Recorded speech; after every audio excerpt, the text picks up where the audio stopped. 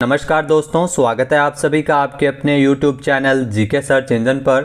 तो दोस्तों, आज के इस वीडियो में हम बात करेंगे राजस्थान करंट अफेयर्स के दिसंबर महीने के इम्पोर्टेंट क्वेश्चन की। जी हाँ, महत्वपूर्ण 100 क्वेश्चन हम इस वीडियो में डिस्कस करने वाले हैं व्याख्या सहित।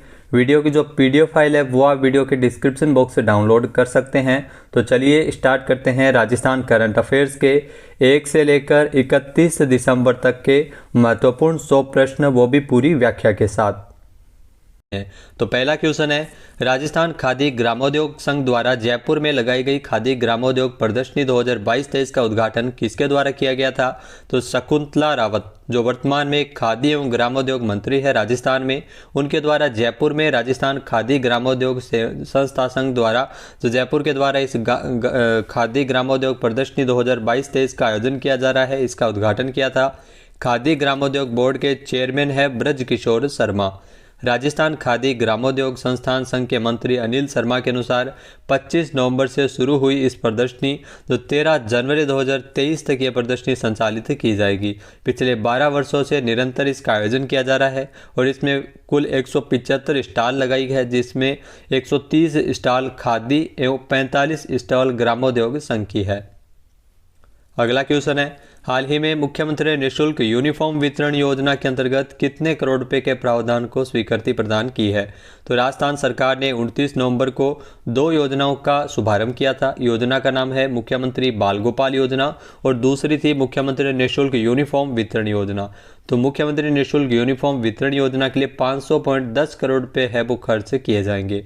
इस दौरान जो विद्यार्थियों की यूनिफॉर्म वितरित की CM अशोक गहलोत द्वारा शिक्षा विभाग की ओर से बताया गया है कि जो प्रदेश के 64,479 सरकारी स्कूलों के कक्षा 1 से लेकर 8वीं तक के पढ़ने वाले बच्चों को 67 लाख से अधिक विद्यार्थियों को इसमें 2 सेट है वो यूनिफॉर्म के लिए कपड़ा निःशुल्क वितरित किया जाएगा।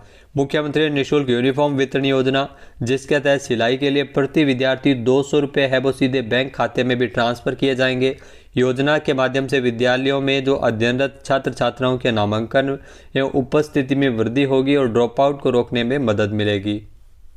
नेक्स्ट है, हाल ही में किस जिले से पायलट प्रोजेक्ट के तौर पर नवाचार safety against violence and exploitation of children save का शुभारंभ सामाजिक न्याय अधिकारिता मंत्री टीकाराम जूली ने किया था? तो सामाजिक न्याय अधिकारिता मंत्री टीकाराम जूली ने जो हाल ही सामाजिक न्याय अधिकारिता विभाग और यूनिसेफ राजस्थान के संयुक्त तत्वावधान में अलवर जिले से, जी हाँ, अलवर जिले से पायलट प्रोजेक्ट के तौर पर नवाचार safety against violence and exploitation of children save का शुभारंभ प्रताप ऑडिटोरियम अलवर से किया था। विभाग और यूनिसेफ द्वारा ये नवाचार safety against violence and exploitation of children का जो पायलट प्रोजेक्ट है, इसके आधार पर अलवर जिले का चयन है वो किया गया था। सेव का जो नवाचार का मुख्य उद्देश्य बच्चों के सर्वांगीण विकास के लिए सभी प्रकार की मूलभूत सुविधाएं उपलब्ध करवाना है।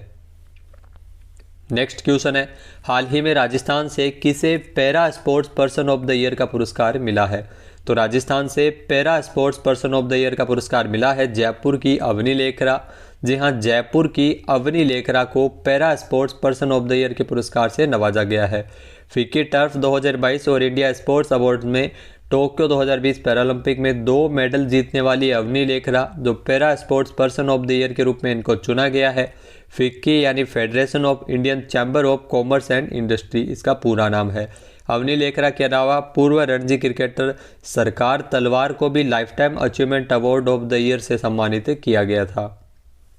अगला क्वेश्चन है, हाल ही में राजस्थान में मुख्यमंत्री लघु वाणिज्यिक वाहन स्वरोजगार योजना को किसने लॉन्च किया है? तो ये भी ध्यान रखना, राजस्थान की उद्योग मंत्री है शकुंतला रावत। उनके द्वारा 1 दिसंबर को उद्योग भवन में स्थित जो VIP बोर्ड रूम में मुख्यमंत्री लघु वाणिज्यिक वाहन स्वरोजगार योजना को जो शुरुआत किया था, लैपटॉप पर बटन दबाकर इसका शुभारंभ किया गया था। इसी में योजनाओं में युवाओं के लिए ज़्यादा स्वरोजगार के अवसर उपलब्ध करवाने के लिए इसको धरातल पर इस योजना को उतारा गया है। योजना के तहत 15 लाख रुपए तक के लघु वाणिज्यिक वाहन, जी हाँ, स्मॉल कमर्शियल व्हीकल क्रय करने पर वाहन की जो ऑन रोड कीमत है वो तकरीबन 10% अथवा 60,000 दोनों में से जो भी कम हो अनुदान है वो राज्य सरकार की ओर से इसमें समकक्ष अधिक अनुदान संबंधित वाहन निर्माता कंपनी द्वारा दिया जाएगा। योजना के लिए 3 वाहन कंपनियों का चयन किया गया है, जिसमें टाटा मोटर्स, अशोका लीलैंड और महिंद्रा एंड महिंद्रा शामिल है। टाटा के 30, अशोका लेलैंड के 22 और महिंद्रा राइज के 17 वेरिएंट पर इस योजना को लागू किया गया है। योजना के अंतर्गत प्रदेश भर के 3300 व्यक्तियों को पहले आओ पहले पाओ के आधार पर इस योजना का लाभ दिया जाएगा। नेक्स्ट क्वेश्चन है, हाल ही में राजस्थान के किस जिले में 3 दिसंबर से राज्य स्तरीय सीनियर वॉलीबॉल प्रतियोगिता होने जा रही है? तो 3 दिसंबर से राज्य स्तरीय वॉलीबॉल प्रतियोगिता का आयोजन है वो बीकानेर में किया गया था। बीकानेर जिला वॉलीबॉल संघ के तत्वावधान में 3 दिसंबर से राज्य स्तरीय सीनियर वॉलीबॉल प्रतियोगिता आयोजित हुई थी, जिसमें राज्यों के जिलों की महिला एवं पुरुष की वॉलीबॉल टीमें इसमें शामिल हुई थी। पुरुष वर्ग में 36 टीम और महिला वर्ग में 28 टीमें इसमें हिस्सा लिए थे। जिले की टीमों के अलावा state bank of India, oil India और सर्विसेज की टीमें भी इसमें शामिल हुई थी। राजस्थान ओलंपिक फेडरेशन संघ के जो अध्यक्ष है और राजस्थान वॉलीबॉल संघ के सचिव रामावतार सिंह जाखड़ और वॉलीबॉल फेडरेशन ऑफ इंडिया के अध्यक्ष अनिल चौधरी। नेक्स्ट क्वेश्चन है, हाल ही में जोधपुर में 2 दिवसीय राज्य स्तरीय कला उत्सव का शुभारंभ किसने किया था? तो शिक्षा मंत्री बी.डी. कल्ला, उनके द्वारा 1 दिसंबर को जोधपुर जिले में जो मंडोर में नागौरी बेरा स्थित राजकीय बालिका माध्यमिक विद्यालय किसान कन्या में 2 दिवसीय राज्य स्तरीय कला उत्सव का शुभारंभ किया था 1 दिसंबर को। इसमें कला संस्कृति से जुड़ी 10 विधाओं के प्रदर्शन में राज्य के सभी 33 जिलों से लगभग 700 प्रतिभागी संगीत, नृत्य जैसे विभिन्न सांस्कृतिक कार्यक्रमों में हिस्सा लिए थे। इसमें दिव्यांग प्रतिभागी भी शामिल हुए थे।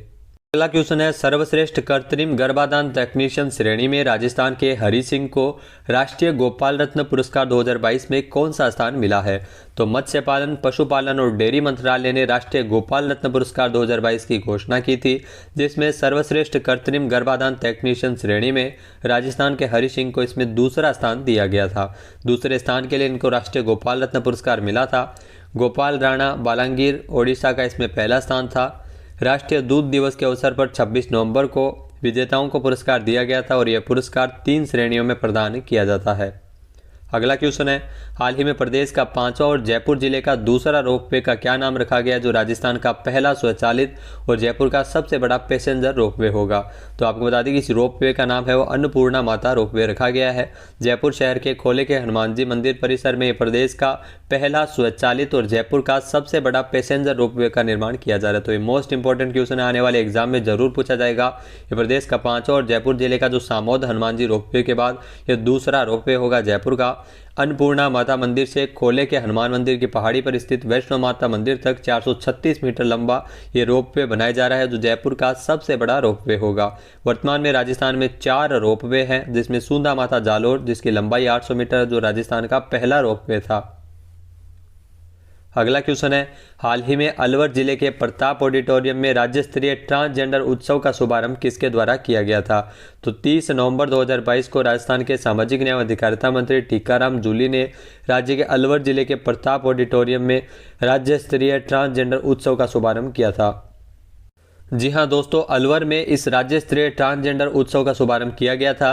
राजस्थान सरकार ने ट्रांसजेंडर समुदाय की सामाजिक सुरक्षा के लिए ट्रांसजेंडर उत्थान कोष का भी गठन किया है और इसमें सरकार ने 10 करोड़ रुपए का प्रावधान किया है ताकि ट्रांसजेंडर समुदाय को सबसे बड़ी राहत प्रदान की जाए। ट्रांसजेंडर्स के लिए सम्मान योजना भी राजस्थान में लागू की है और राजस्थान देश का पहला राज्य है जहाँ पर इस प्रकार की योजना लागू की गई है। सम्मान योजना के तहत ट्रांसजेंडर्स को इसमें जो सर्जरी भी करवाई जाएगी लिंग परिवर्तन के लिए और ट्रांसजेंडर्स के लिए शिक्षा छात्रवृत्ति के साथ साथ स्वरोजगार की योजना भी लाई जाएगी। इसमें निःशुल्क चिकित्सा सुविधा मुहैया करवाई जाएगी। ट्रांसजेंडर्स को इसमें लिंग परिवर्तन के सर्जरी के लिए 2.5 लाख रुपए की सहायता राशि भी इसमें दी जाएगी। अगला क्वेश्चन है, राजस्थान में पर्यटकों के लिए एयर टैक्सी सर्विस शुरू किए जाने की घोषणा किसने की है? तो राजस्थान पर्यटन विकास निगम के जो अध्यक्ष है धर्मेंद्र राठौड़, उनके द्वारा बताया गया कि जो राजस्थान में जो एयर टैक्सी सर्विस है वो शुरू की जाएगी। प्रदेश में आने वाले टूरिस्ट अब प्रमुख पर्यटन स्थलों पर हेलीकॉप्टर के माध्यम से यात्रा कर सकेंगे। हेलीकॉप्टर के रूट में जयपुर, उदयपुर, सवाईमाधोपुर, पुष्कर सहित राजस्थान के प्रमुख पर्यटन स्थलों को शामिल किया जाएगा। राजस्थान में पर्यटन विकास निगम की ओर से इसमें पैकेज टूर भी बनाए जाएंगे। इस टूर में जयपुर के साथ प्रदेश के प्रमुख पर्यटन स्थलों को शहरों को शामिल किया जाएगा और इसके लिए आरटीडीसी टैक्सी सर्विस है वो शुरू करेगा। नेक्स्ट है, हाल ही में अंतर्राष्ट्रीय दिव्यांगजन दिवस के अवसर पर 3 दिसंबर को दिल्ली में आयोजित राष्ट्रीय कार्यक्रम में राजस्थान के किस जिले को दिव्यांगजन सशक्तिकरण राष्ट्रीय पुरस्कार मिला है? तो अलवर को मिला है दिव्यांगजन सशक्तिकरण राष्ट्रीय पुरस्कार। जी हाँ, अलवर जिला प्रशासन को जो अंतर्राष्ट्रीय दिव्यांगजन दिवस के अवसर पर 3 दिसंबर को दिल्ली में आयोजित कार्यक्रम में यह पुरस्कार दिया गया था। दिव्यांगजन सशक्तिकरण के लिए बेहतरीन कार्य करने पर यह पुरस्कार है वो अलवर के जिला कलेक्टर डॉक्टर जितेंद्र कुमार सोनी को मिला था और यह दिया था पुरस्कार राष्ट्रपति द्रौपदी मुर्मू के द्वारा दिल्ली के विज्ञान भवन में। यह पुरस्कार हर साल दिव्यांगजन के लिए सर्वश्रेष्ठ कार्य करने के लिए देश भर से केवल एक जिले को दिया जाता, तो इसलिए यह क्वेश्चन आपके लिए महत्वपूर्ण हो जाता है। आने वाले एग्जाम में यह जरूर पूछा जाएगा। नेक्स्ट है, हाल ही में 3 दिसंबर को राजस्थान के विशेष योग्यजनों के लिए स्कूटी वितरण योजना 2022-23 का शुभारंभ किसके द्वारा किया गया है? तो अंतर्राष्ट्रीय विकलांग दिवस के अवसर पर 3 दिसंबर को स्कूटी वितरण योजना का शुभारंभ किया, जिसमें राजस्थान के सामाजिक न्याय अधिकारिता मंत्री टीकाराम जूली ने इस कार्यक्रम में वर्ष 2022-23 में विशेष योग्यजनों के लिए स्कूटी वितरण योजना का शुभारंभ किया गया था। गत वर्ष 2000 स्कूटियां वितरित की गई थी और इस साल भी सीएम अशोक गहलोत की बजट के अनुसार जो 5000 स्कूटियां वितरित की जाएगी। नेक्स्ट है, राजस्थान में आईएम शक्ति उड़ान योजना के तहत राज्य की जो पहली सैनिटरी पैड यूनिट किस जिले में शुरू की गई? तो ये भी ध्यान रखना इंपॉर्टेंट क्वेश्चन है। आईएम शक्ति उड़ान योजना के तहत राजस्थान की पहली सैनिटरी पैड यूनिट है वो वीरवाड़ा सिरोही में शुरू की गई है। सिरोही जिले के वीरवाड़ा गांव में राजीविका की ओर से उड़ान उत्पादक समूह का गठन करते हुए ऑटोमेटिक मशीन का उद्घाटन किया गया था। आईएम शक्ति उड़ान योजना के प्रथम चरण की शुरुआत 18 दिसंबर 2021 को की गई थी। राजस्थान सरकार के 3 साल पूरा होने के अवसर पर 18 दिसंबर को राजस्थान सरकार ने इस योजना को लॉन्च किया था।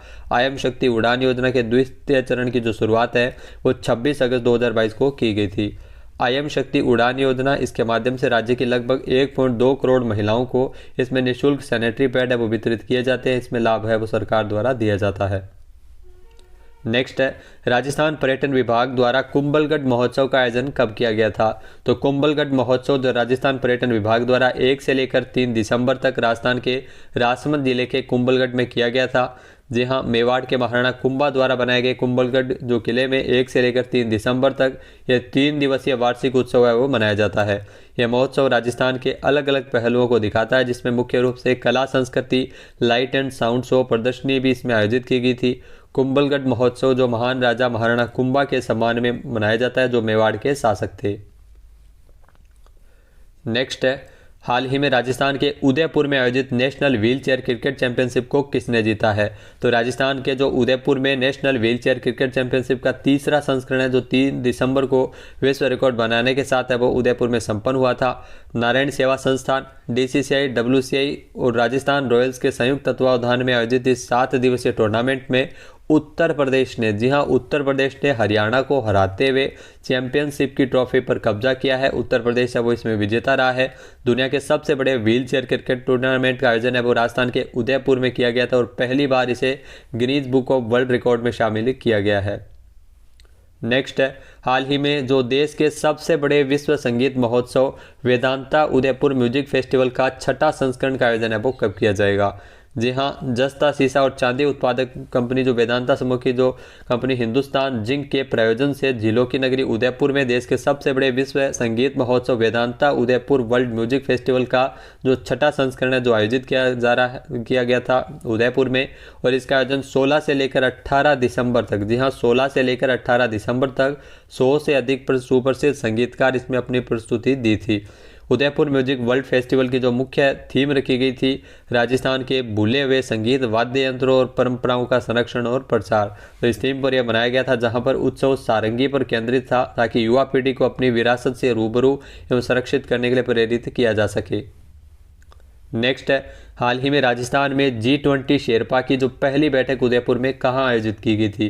तो G20 की जो शेरपा की जो पहली बैठक है वो उदयपुर में 5 से लेकर 7 दिसंबर तक दरबारा हॉल में आयोजित की गई थी। जी हां, उसी दरबारा हॉल में जिसमें मेवाड़ राज्य के भारत संघ में विलय होने के समय हस्ताक्षर किए गए थे।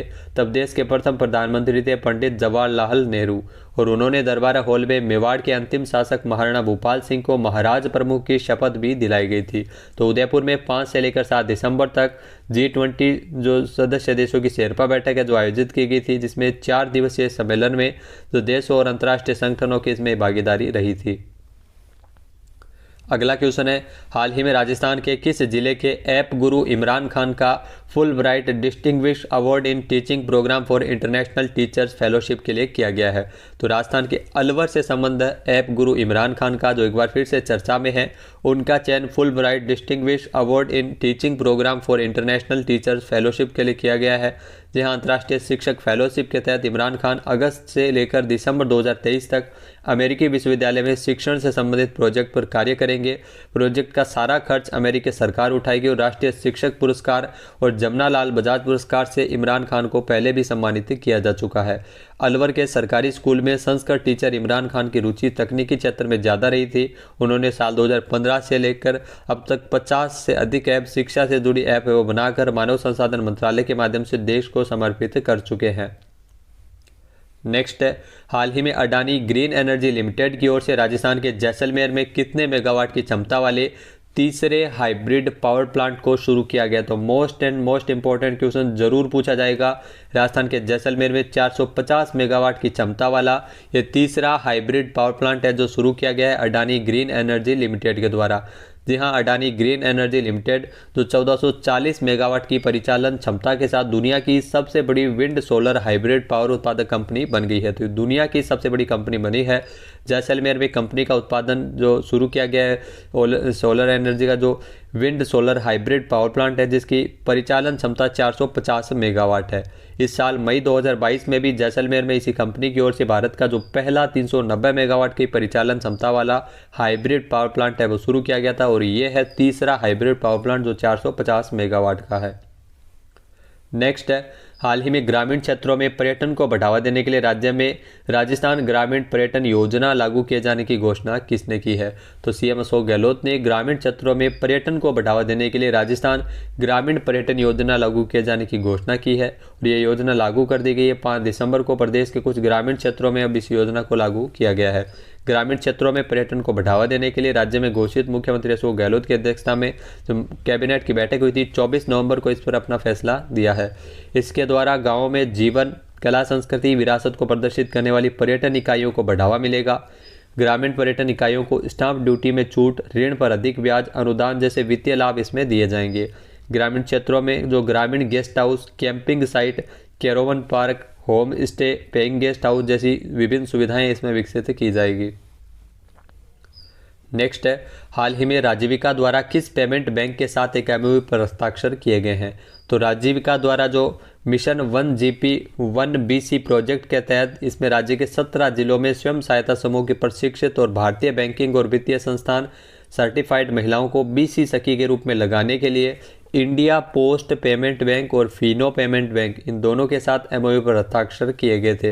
राजीविका जो SHG से जुड़ी महिलाएं जिसमें 17 और जिलों में BC सखी बन निःशुल्क बैंकिंग सेवाएं है वो देगी, राजीविका के द्वारा दी जाएगी। अब तक 25 जिलों में BC सखी के माध्यम से एमओयू है वो राजीविका ने किया है। राजीविका यानी राजस्थान ग्रामीण आजीविका विकास परिषद 2009-10 से विश्व बैंक के सहयोग से इसकी स्थापना की गई थी। राजीविका पूरा नाम है राजस्थान ग्रामीण आजीविका विकास परिषद। इस योजना को लागू करने का मुख्य उद्देश्य गाँव की गरीब महिलाओं को गरीबी रेखा से ऊपर उठाना है। नेक्स्ट क्वेश्चन है, हाल ही में राजस्थान की किस परियोजना का चयन साल 2022 के लिए ई गवर्नेंस रेडी में स्कोच सिल्वर अवार्ड के लिए किया गया है? तो राजकाज परियोजना का चयन किया गया है साल 2022 के लिए ई गवर्नेंस रेडी में स्कोच सिल्वर अवार्ड के लिए। इसके माध्यम से कार्यालय प्रबंधन एवं कार्मिक प्रबंधन का कार्य है वो आसान हो गया है। राजकाज सॉफ्टवेयर की परिकल्पना सभी विभागों के सामान्य राजकीय कार्यों, अचल संपत्ति विवरण, फाइल ट्रैकिंग मैनेजमेंट सिस्टम, अवकाश प्रबंधन, वार्षिक कार्य मूल्यांकन प्रतिवेदन, अनापत्ति प्रमाण पत्र इत्यादि को स्वचालित और कार्मिकों की परिचालन क्षमता को सुविधाजनक बनाने के उद्देश्य से की गई थी। अगला क्वेश्चन है, हाल ही में राष्ट्रीय उपभोक्ता दिवस का जो राज्य स्तरीय समारोह है वो 24 दिसंबर को कहाँ मनाया जाएगा? तो आपको बता दें कि 24 दिसंबर को राष्ट्रीय उपभोक्ता दिवस का जो राज्य स्तरीय समारोह है जिसका आयोजन है वो जयपुर में किया गया था। जी हाँ, राज्य स्तरीय समारोह के आयोजन के लिए 6 दिसंबर को खाद्य भवन में उपभोक्ता मामले की जो निदेशक कालूराम की अध्यक्षता में बैठक हुई थी। 24 दिसंबर को जयपुर में राष्ट्रीय उपभोक्ता दिवस के अवसर पर राज्य स्तरीय समारोह का आयोजन है वो राज्य उपभोक्ता आयोग, ऑयल कंपनियों और उपभोक्ता संगठनों की और अन्य संगठनों की आम उपभोक्ता भी इसमें भागीदारी सुनिश्चित किए थे। नेक्स्ट है, हाल ही में राजस्थान के किस जिले में तांबा यानी कॉपर के अच्छे भंडार मिले हैं? तो अतिरिक्त मुख्य सचिव खनन विभाग के डॉक्टर सुबोध अग्रवाल के अनुसार भीलवाड़ा के कोटड़ी तहसील के चांदगढ़ में, जी हाँ, भीलवाड़ा के कोटड़ी तहसील के चांदगढ़ में आयरन और जो लौह अयस्क के जो एक्सप्लोरेशन के दौरान तांबा कॉपर के भंडार मिलने के संकेत मिले हैं। और इसमें आपको बता दें कि जो भीलवाड़ा के चांदगढ़ में लौह अयस्क के एक्सप्लोरेशन के दौरान एक कॉपर के भंडार है वो पाए गए हैं। राजस्थान राज्य खनिज अन्वेषण ट्रस्ट के वित्तीय तकनीकी सहयोग के विभाग के द्वारा जो RSMET के माध्यम से जो भीलवाड़ा के कोटड़ी के चांदगढ़ गांव में आयरन के लिए 3500 मीटर ड्रिलिंग का कार्य अब करवाया जा रहा है। निदेशक माइंस के संदेश नायक के अनुसार देश में सर्वाधिक 54% कॉपर है वो राजस्थान के में मिलता है और राजस्थान के बाद झारखंड का, मध्य प्रदेश का स्थान आता है राजस्थान के बाद में। तो कॉपर में मुख्यतः झुंझुनू के खेतड़ी में सर्वाधिक राजस्थान में देखने को मिलता है। नेक्स्ट है, हाल ही में राष्ट्रीय कृषि और ग्रामीण विकास बैंक नाबार्ड द्वारा किस जिले में वित्त वर्ष 2023-24 के लिए स्टेट क्रेडिट सेमिनार का आयोजन किया गया है? तो हाल ही में राष्ट्रीय कृषि और ग्रामीण विकास बैंक नाबार्ड के द्वारा जयपुर में वित्त वर्ष 2023-24 के लिए स्टेट क्रेडिट सेमिनार का आयोजन वो हाल ही में किया गया था। नाबार्ड के मुख्य महाप्रबंधक बैजू कुरप के अनुसार सेमिनार में अलग अलग क्षेत्रों में नाबार्ड वित्तीय संस्थानों, राज्य एवं केंद्र सरकार द्वारा शुरू किए गए नीति सहयोग पर विचार विमर्श किए गए थे। प्राथमिकता को ध्यान में रखते हुए राजस्थान में एकीकृत और सतत ग्रामीण समृद्धि सुनिश्चित करने के उद्देश्य से नाबार्ड ने वित्त वर्ष 2023-24 के लिए राज्य के लिए 2.75 लाख करोड़ रुपए की प्राथमिकता क्षेत्र का ऋण संभाव्यता का अनुमान लगाया। तो ये लाइन आपके लिए ध्यान रखना बेहद ही जरूरी है। साल 2023-24 के लिए राज्य के लिए 2.75 लाख करोड़ रुपए की प्राथमिकता क्षेत्र के ऋण का संभाव्यता का अनुमान लगाया गया है और यह ऋण की जो राशि है वो संभावित राशि पिछले वर्ष की तुलना में 9.6% अधिक भी है। नेक्स्ट क्वेश्चन है, हाल ही में राजस्थान विधानसभा में सरदारशहर विधानसभा सीट पर हुए उपचुनाव में किसने जीत दर्ज की है?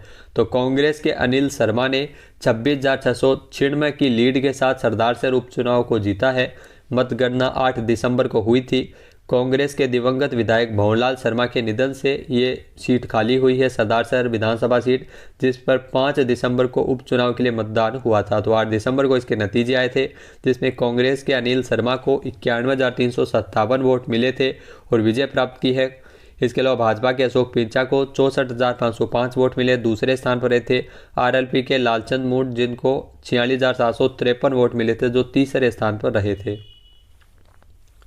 नेक्स्ट है, हाल ही में राजस्थान में पहली बार किस जिला कलेक्ट्रेट में ई-फाइलिंग सिस्टम को लागू किया गया? तो मोस्ट इंपॉर्टेंट क्वेश्चन है, जयपुर जिले में ये लागू किया गया। जी हाँ, जयपुर कलेक्टर प्रकाश राजपुरोहित ने एक नवाचार के तहत जयपुर कलेक्ट्रेट में ई-फाइलिंग सिस्टम को लागू किया है और राजस्थान में ई-फाइलिंग लागू करने वाला जो जयपुर पहला कलेक्ट्रेट बन गया है। जी हाँ, जयपुर जिले में कलेक्ट्रेट में संस्थापना शाखा और सामान्य शाखा से ई-फाइलिंग सिस्टम की शुरुआत कर दी गई है। जयपुर के कलेक्टर प्रकाश राजपुरोहित ने यह सिस्टम लागू किया है। प्रदेश सरकार के सूचना एवं तकनीकी विभाग द्वारा तैयार किए गए राजकाज सॉफ्टवेयर के द्वारा सारा कलेक्ट्रेट का जो कार्य है वो राजकीय कार्य ई-फाइलिंग सिस्टम के रूप में किया जाएगा। कलेक्ट्रेट में समय और कागज की बचत के साथ पत्रावलियों सुरक्षित संधारण सुनिश्चित करना आसान हो जाएगा और पत्रावली जो लेटर भेजना भौतिक न होकर ऑनलाइन के रूप में इस लेटर की मॉनिटरिंग भी की जा सकेगी। नेक्स्ट है, हाल ही में राजस्थान में पोटाश के विपुल भंडार कहाँ मिले हैं? तो बीकानेर के लाखासर और हनुमानगढ़ के सत्तीपुरा में। जी हाँ, बीकानेर और हनुमानगढ़ इन दोनों ही जिलों में 500 से 700 मीटर गहराई पर पोटाश के भंडार मिले हैं। राजस्थान में जो पोटाश खनन से देश भर में जो खेती के लिए पोटाश फर्टिलाइजर की आवश्यकता है वो पूरी हो सकेगी। माइंस विभाग के अतिरिक्त मुख्य सचिव डॉक्टर सुबोध अग्रवाल ने 8 दिसंबर को सचिवालय में भारत सरकार के उपक्रम मिनरल एक्सप्लोरेशन कंसल्टेंसी लिमिटेड के CMD घनश्याम शर्मा से मुलाकात की और पोटाश की खोज व खनन की संभावनाओं को लेकर रिपोर्ट भी प्रस्तुत की थी। अगला क्वेश्चन है, हाल ही में राष्ट्रीय उष्ण अनुसंधान केंद्र बीकानेर और किस संस्थान के मध्य MOU किया गया है? तो हाल ही में राष्ट्रीय उष्ण अनुसंधान केंद्र बीकानेर और भारतीय विज्ञान संस्थान बेंगलुरु के मध्य रिसर्च और नॉलेज एक्सचेंज प्रोग्राम के तहत 8 दिसंबर को बेंगलुरु में एक MOU पर हस्ताक्षर किए गए थे। इस MOU पर राष्ट्रीय उष्ण अनुसंधान केंद्र की ओर से डॉक्टर आर्तबंधु साहू निदेशक और भारतीय विज्ञान संस्थान की ओर से कैप्टन श्रीधर वारियर रजिस्ट्रार ने इस पर हस्ताक्षर किए थे। MOU के तहत जानकारी देखते हुए डॉक्टर आर्तबंधु साहू ने कहा कि इस MOU के तहत दोनों संस्थान अनुसंधान और विकास की दिशा में मिलकर कार्य कर सकेंगे।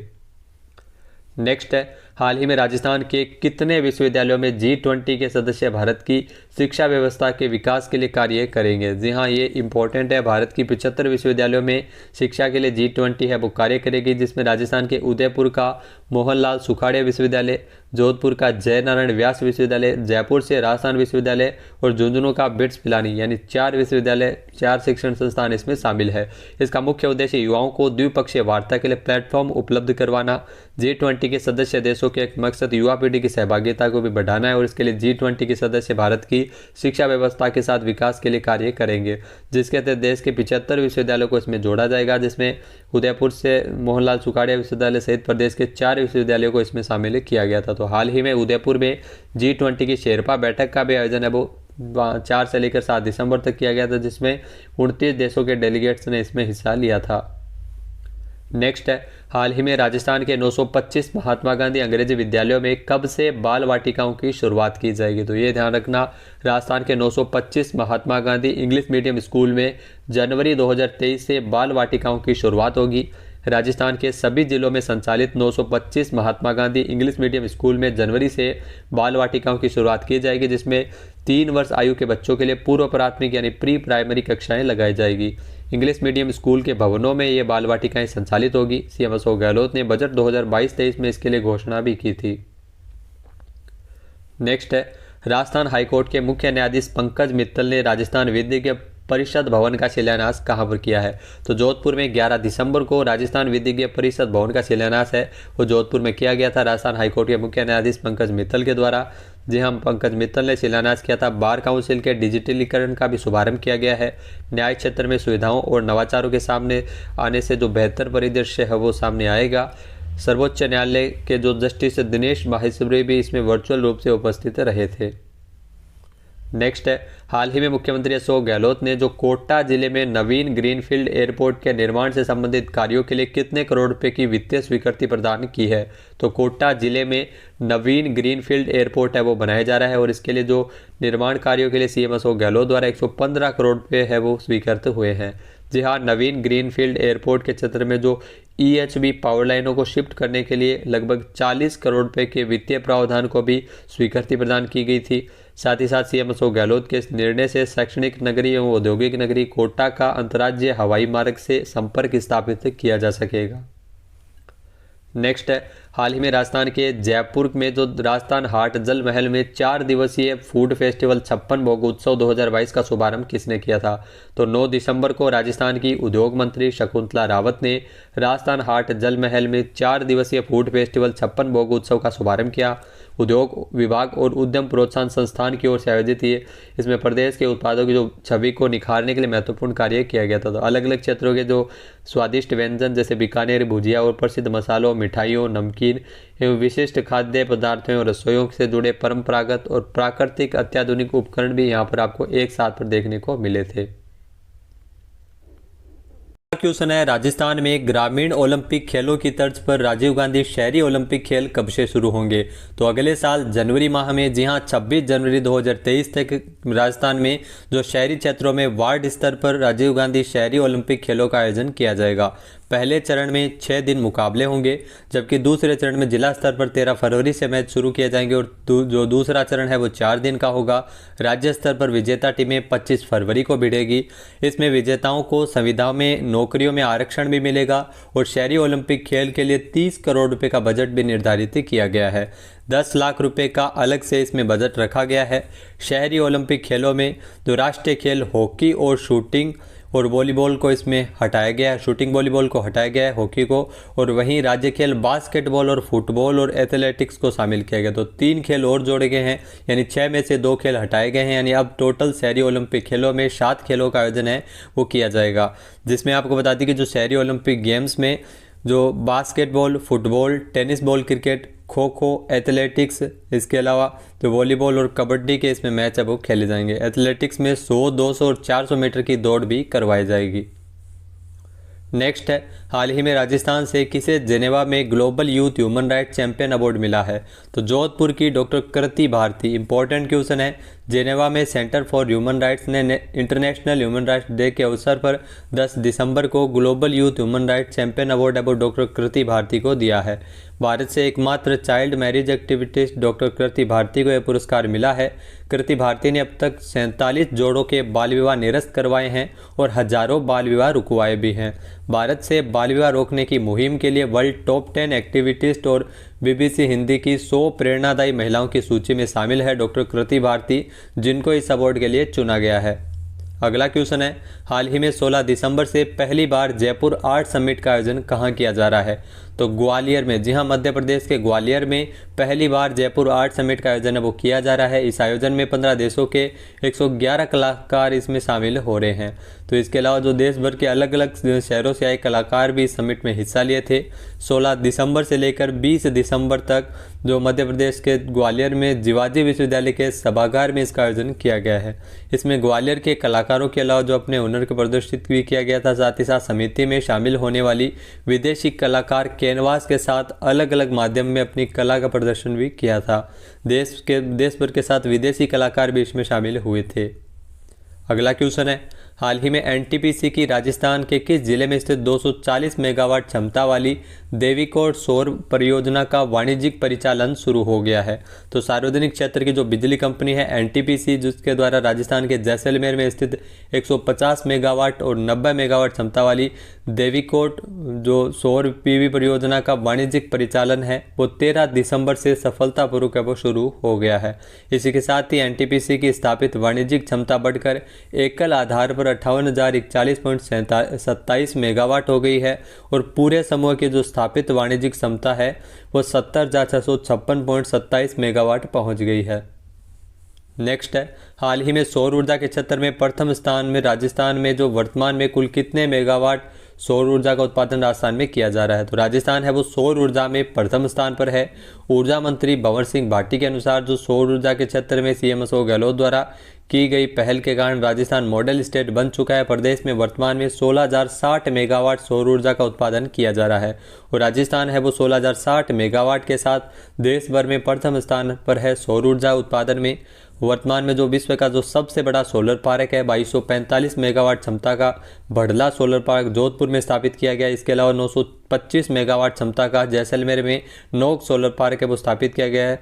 इसके अलावा अगर बात की जाए तो इसमें जो फलोदी पोखरण में 750 मेगावाट का सोलर पार्क भी विकसित किए गए, जिसके माध्यम से बड़ी मात्रा में सौर ऊर्जा का उत्पादन राजस्थान में किया जा रहा है।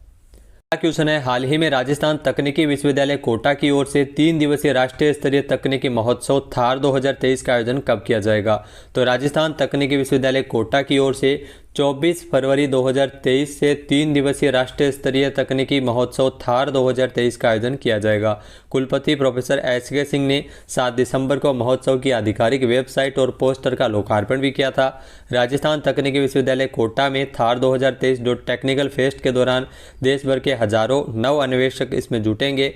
थार में इस बार इंजीनियरिंग के साथ साथ मैनेजमेंट स्किल के शोकेस को भी देखने का मौका मिलेगा। तो इस साल 69 से अधिक इवेंट है वो इसमें आयोजित किए जाएंगे।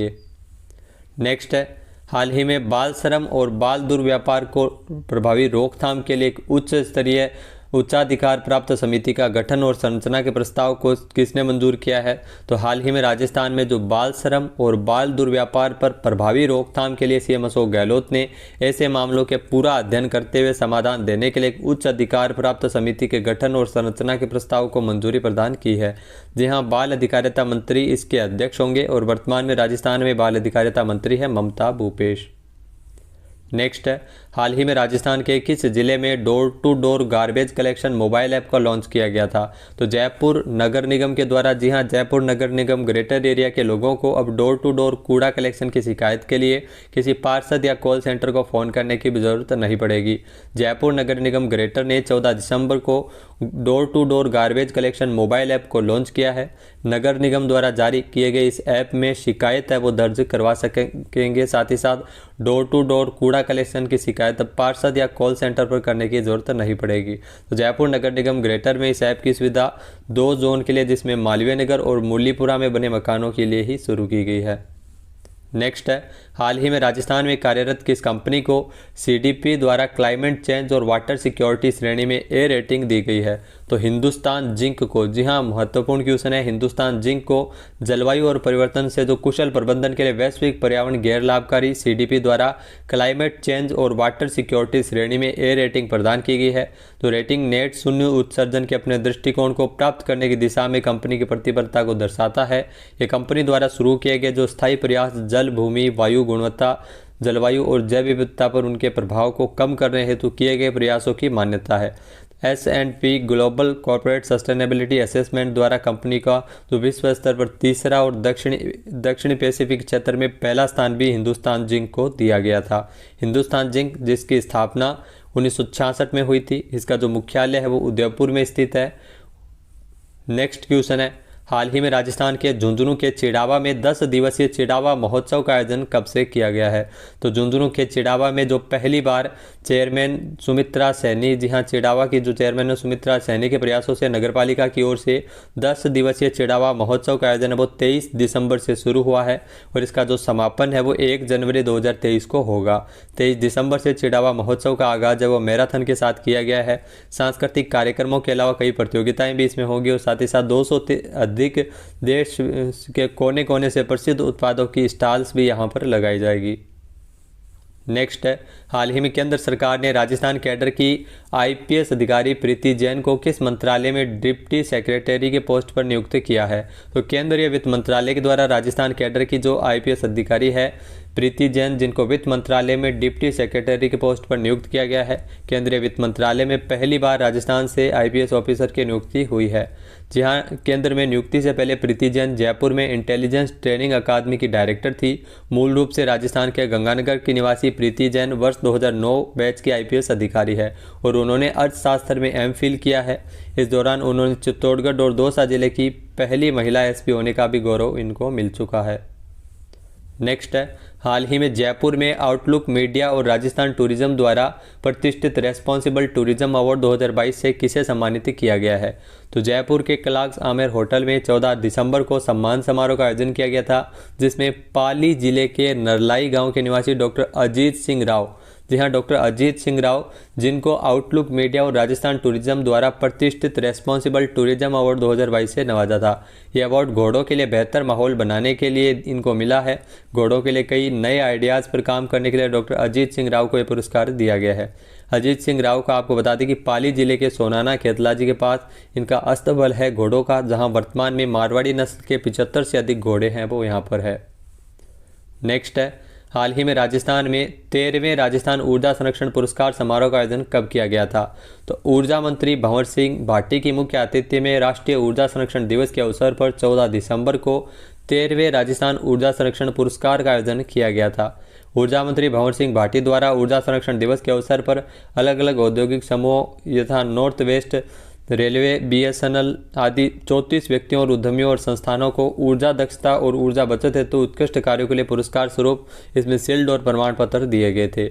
सौर ऊर्जा के क्षेत्र में देश की सर्वाधिक परियोजनाएं स्थापित कर राजस्थान है वो देश में अव्वल स्थान पर है। नेक्स्ट है, जल शक्ति मंत्रालय पेयजल एवं स्वच्छता विभाग के स्वच्छ भारत मिशन ग्रामीण के तहत राजस्थान के किस जिले का चयन किया गया है? तो जल शक्ति मंत्रालय एवं पेयजल स्वच्छता विभाग के जो स्वच्छ भारत मिशन ग्रामीण के अंतर्गत राजस्थान में सिरोही जिले का चयन किया गया है। इसके तहत 31 मार्च 2023 तक ODF प्लस घोषित करने का लक्ष्य है वो सरकार ने सिरोही को दिया है। नेक्स्ट है, हाल ही में राजस्थान स्टार्टअप्स की रेस में देश में कौन से पायदान पर पहुंच गया है? तो ये ध्यान रखना, राजस्थान है वो स्टार्टअप्स की रेस में देश में चौथे पायदान पर पहुंच गया है। राजस्थान के 2 स्टार्टअप्स यूनिकॉर्न भी बन चुके हैं। सरकार के साथ साथ निजी इन्वेस्टर्स भी प्रदेश के युवाओं में स्टार्टअप्स के लिए रुचि दिखा रहे हैं। राजस्थान में अब तक 2979 स्टार्टअप्स रजिस्टर्ड हुए हैं। इसके अलावा सूचना प्रौद्योगिकी विभाग और आई स्टार्ट की ओर से 15 दिसंबर को जालाना स्थित टेक्नो हब में ग्लोबल इन्वेस्टर मीट का आयोजन है वो किया गया था, जिसमें सिलिकॉन वैली अमेरिका से आए 15 इन्वेस्टर्स ने इसमें हिस्सा लिया था। शॉर्क टैंक की तर्ज पर इस ग्लोबल मीट में निवेशकों ने 7 स्टार्टअप्स का चयन किया। जी हाँ, राजस्थान के 7 स्टार्टअप्स का चयन है वो इसमें किया गया है। इनमें निवेशक है वो चयनित स्टार्टअप्स में निवेश भी करेंगे। अगला क्वेश्चन है, हाल ही में राजस्थान के कोटा में कोटा मुद्रा उत्सव 2022 का आयोजन कब से किया जा रहा है? तो राजस्थान में जो कोटा मुद्रा उत्सव 2022 का आयोजन है वो 17 और 18 दिसंबर 2022 को किया गया था। जी हाँ, कोटा मुद्रा उत्सव जो कोटा फ्लैटली एवं न्यूमिस्मेटिक सोसाइटी और रोटरी क्लब कोटा नॉर्थ की ओर से इसका आयोजन है वो 17 और 18 दिसंबर को किया गया था। कोटा मुद्रा उत्सव जिसमें अलग अलग रियासतों के 800 से अधिक प्रकार के सिक्के हैं वो आकर्षण का केंद्र बने थे। इस प्रदर्शनी में देश भर की मुद्रा संकलनकर्ता इसमें हिस्सा लिए थे, जिसमें 35 फ्रेम लगाए गए थे। प्रदर्शनी के दौरान राजस्थान की जो रियासत के अमूल्य सिक्के नोट का प्रदर्शन किया गया था और 2600 साल पुरानी मुद्रा भी यहाँ पर आपको देखने को मिली थी। राज परिवारों द्वारा प्रचलित मुद्रा भी आकर्षण का केंद्र रही थी। राजस्थानी संस्कृति को अपने में संजोए करीब 250 से 300 साल पुराने सिक्के आपको यहाँ पर देखने को मिले थे। कोटा मुद्रा उत्सव जिसका आयोजन 17 से लेकर 18 दिसंबर तक हुआ था। नेक्स्ट क्वेश्चन है, नेशनल क्राइम रिकॉर्ड ब्यूरो द्वारा किस राज्य की पुलिस को बेस्ट प्रैक्टिसेज के लिए टॉप 3 में चुनकर अवार्ड प्रदान किया है? तो नेशनल क्राइम रिकॉर्ड ब्यूरो के द्वारा विभिन्न क्षेत्रों में उल्लेखनीय कार्य करने के लिए जो राष्ट्रीय अवार्ड की घोषणा की थी, जिसमें इस घोषणा के अनुसार देश के टॉप 3 में राजस्थान पुलिस अभियोजन एवं जेल विभाग को चुना गया। तो ये ध्यान रखना, राजस्थान पुलिस को बेस्ट प्रैक्टिसेज के लिए टॉप 3 में चुनकर अवार्ड प्रदान किया गया है। राजस्थान पुलिस के लिए ट्रॉफी महानिरीक्षक पुलिस के जो SCRB शरद कविराज के द्वारा प्राप्त की गई थी। उन्होंने चुनिंदा 23 राज्यों के प्रतिनिधियों के साथ इसमें राजस्थान पुलिस की जो बेस्ट प्रैक्टिसेज पर प्रेजेंटेशन भी दिया था। इस प्रैक्टिसेज को देश के अन्य राज्यों में भी लागू किया जाएगा। नेक्स्ट है, हाल ही में क्रांतिकारी एवं स्वतंत्रता सेनानी शहीद हेमू कालाणी के जन्म शताब्दी वर्ष में राजस्थान में कहां से जन जागरण रथ यात्रा रवाना हुई है? तो 17 दिसंबर को क्रांतिकारी और स्वतंत्रता सेनानी हेमू कालाणी के जन्म शताब्दी वर्ष में जयपुर से ये जन जागरण रथ यात्रा रवाना हुई थी। जी हाँ, जयपुर शहर के अमरापुर नामक स्थान से ये रथ यात्रा रवाना हुई थी, जो प्रदेश में 5000 किलोमीटर की दूरी है वो तय करेगी। साथ ही साथ 28 जिलों से होकर गुजरेगी। जो 17 जनवरी को ये रथ यात्रा बालक धाम जो किशनगढ़ में विश्राम करेगी अजमेर में। 23 मार्च 2022 को महान स्वतंत्रता सेनानी वीर सपूत हेमू कालाणी की जयंती भी मनाई जाती है। इसके अलावा अगले साल ये इनकी जयंती तक ये रथ यात्रा चलेगी। तो हेमू कालाणी ने सिंध प्रांत में अंग्रेजों के खिलाफ क्रांति की अलग जगाई थी और अंग्रेजों ने महज 17 वर्ष की उम्र में हेमू कालाणी को फांसी पर भी लटका दिया था। तो कम उम्र में शहीद हुए थे हेमू कालाणी। तो इनका 17 दिसंबर को ये रथ यात्रा है वो जयपुर से रवाना हुई है। क्वेश्चन है, हाल ही में मुख्यमंत्री अशोक गहलोत ने राजस्थान के जो सरकार के 4 साल पूरे होने के अवसर पर राज्य स्तरीय प्रदर्शनी का शुभारंभ 17 दिसंबर को कहां किया था? तो जयपुर के जवाहर कला केंद्र में सरकार के 4 वर्ष पूरे होने के अवसर पर राज्य स्तरीय प्रदर्शनी है जो 17 दिसंबर को इसका शुभारंभ किया गया था CM अशोक गहलोत द्वारा। इस प्रदर्शनी में फ्लैगशिप योजनाओं, जन कल्याणकारी योजनाओं और सरकार की उपलब्धियों के बारे में जनता को अवगत करवाया जाएगा। 17 दिसंबर 2018 को अशोक गहलोत ने तीसरी बार राजस्थान के मुख्यमंत्री के रूप में शपथ ली थी। हाल ही में नेक्स्ट है, हाल ही में प्रो कबड्डी लीग 2022 का खिताब किस टीम ने जीता है? तो प्रो कबड्डी लीग 2022-23 का जो खिताब है वो प्रो कबड्डी लीग का 9वां सीजन है। इस साल 7 अक्टूबर से लेकर शुरू हुआ था, जो 17 दिसंबर को फाइनल मैच हुआ था। जयपुर पिंक पैंथर्स की टीम ने पुणेरी पल्टन को 4 अंकों से हराते हुए जयपुर पिंक पैंथर ने खिताब जीता है। प्रो कबड्डी लीग का फाइनल मुकाबले में जयपुर पिंक पैंथर की टीम ने पुणेरी पल्टन को 33-29 के अंतराल से हराते हुए खिताब जीत लिया है। जयपुर की ये टीम का दूसरा प्रो कबड्डी लीग का खिताब है। इससे पहले जयपुर ने प्रो कबड्डी लीग के सबसे पहले सीजन में यू मुंबा को हराते हुए खिताब जीता था। जयपुर पिंक पैंथर्स का मालिकाना हक एक्टर अभिषेक बच्चन के पास है। नेक्स्ट क्वेश्चन है, राजस्थान के किस रेलवे स्टेशन को जो बिल्डिंग रेलवे स्टेशन श्रेणी में राजस्थान ऊर्जा संरक्षण पुरस्कार 2022 के अंतर्गत प्रथम पुरस्कार मिला है? तो राजस्थान में ऊर्जा संरक्षण के क्षेत्र में नागौर ने एक बार फिर से बाजी मारी है। रेलवे ने राजस्थान में बाजी मार ली है। जी हाँ, उत्तर पश्चिमी रेलवे के जोधपुर मंडल का नागौर रेलवे स्टेशन जिसे बिल्डिंग रेलवे स्टेशन श्रेणी में ऊर्जा संरक्षण का प्रथम पुरस्कार प्राप्त करने में सफलता मिली है। राष्ट्रीय ऊर्जा संरक्षण दिवस के अवसर पर 14 दिसंबर को जयपुर में सरकार द्वारा आयोजित कार्यक्रम में पुरस्कार दिया गया था। नागौर रेलवे स्टेशन बिल्डिंग को राजस्थान ऊर्जा संरक्षण पुरस्कार 2022 के अंतर्गत प्रथम पुरस्कार के लिए चुना गया था। साल 2021-22 के दौरान नागौर रेलवे स्टेशन पर ऊर्जा संरक्षण के विभिन्न प्रयासों द्वारा 1.2 लाख यूनिट बिजली की बचत हुई, जिससे इस स्टेशन पे बिजली व्यय में जो मद में 10.20 लाख रुपए के राजस्व की बचत है वो की गई थी। नेक्स्ट है, हाल ही में राजस्थान के किस जिले के भैरों सिंह राठौड़ का निधन हुआ है, जिन्होंने 1971 में भारत पाकिस्तान के युद्ध में महत्वपूर्ण भूमिका निभाई थी। तो बॉर्डर फिल्म के असली नायक भैरों सिंह राठौड़, जिनका हाल ही में निधन हो गया 19 दिसंबर को, जोधपुर में इनका निधन हुआ है, जोधपुर एम्स में। भैरों सिंह राठौड़ पिछले कई दिनों से जोधपुर एम्स में भर्ती थे, बीमार थे। 81 साल की आयु में उनका निधन हो गया था। भारत और पाकिस्तान के बीच जो युद्ध हुआ था 1971 का, जिस युद्ध पर 1997 में बॉलीवुड फिल्म बॉर्डर भी बनी थी, जिसमें मुख्य अभिनेता सुनील शेट्टी ने इनका किरदार निभाया था। भैरों सिंह राठौड़ की भूमिका निभाई थी। राजस्थान के जोधपुर जिले के शेरगढ़ के सोलंकियाताला गांव में जन्मे हैं भैरों सिंह राठौड़ और बीएसएफ में 1971 में जैसलमेर के लोंगेवाला पोस्ट पर 14 बटालियन में तैनात थे। लोंगेवाला पोस्ट जो भैरों सिंह राठौड़ ने मेजर कुलदीप सिंह के 120 सैनिकों की कंपनी के साथ डटकर पाकिस्तानी सैनिकों का मुकाबला किया था, जो पाकिस्तान के टैंक ध्वस्त करते हुए दुश्मन सैनिकों को मार गिराया था। तो लोंगेवाला युद्ध में जो वीरता के लिए साल 1972 में राजस्थान के उस समय मुख्यमंत्री बरकतुल्ला खान ने भैरों सिंह को सेना मेडल से नवाजा था।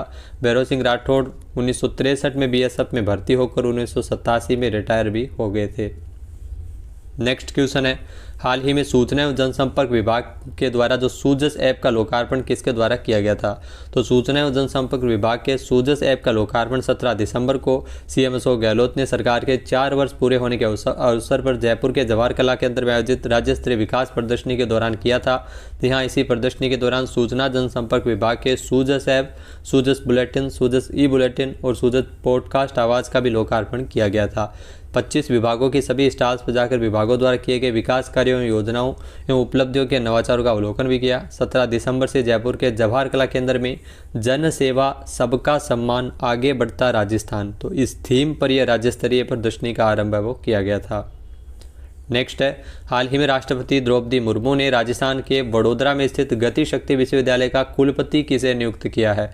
तो भारत की राष्ट्रपति द्रौपदी मुर्मू के द्वारा गुजरात के वडोदरा में स्थित गति शक्ति विश्वविद्यालय का कुलपति डॉक्टर मनोज चौधरी को नियुक्त किया है।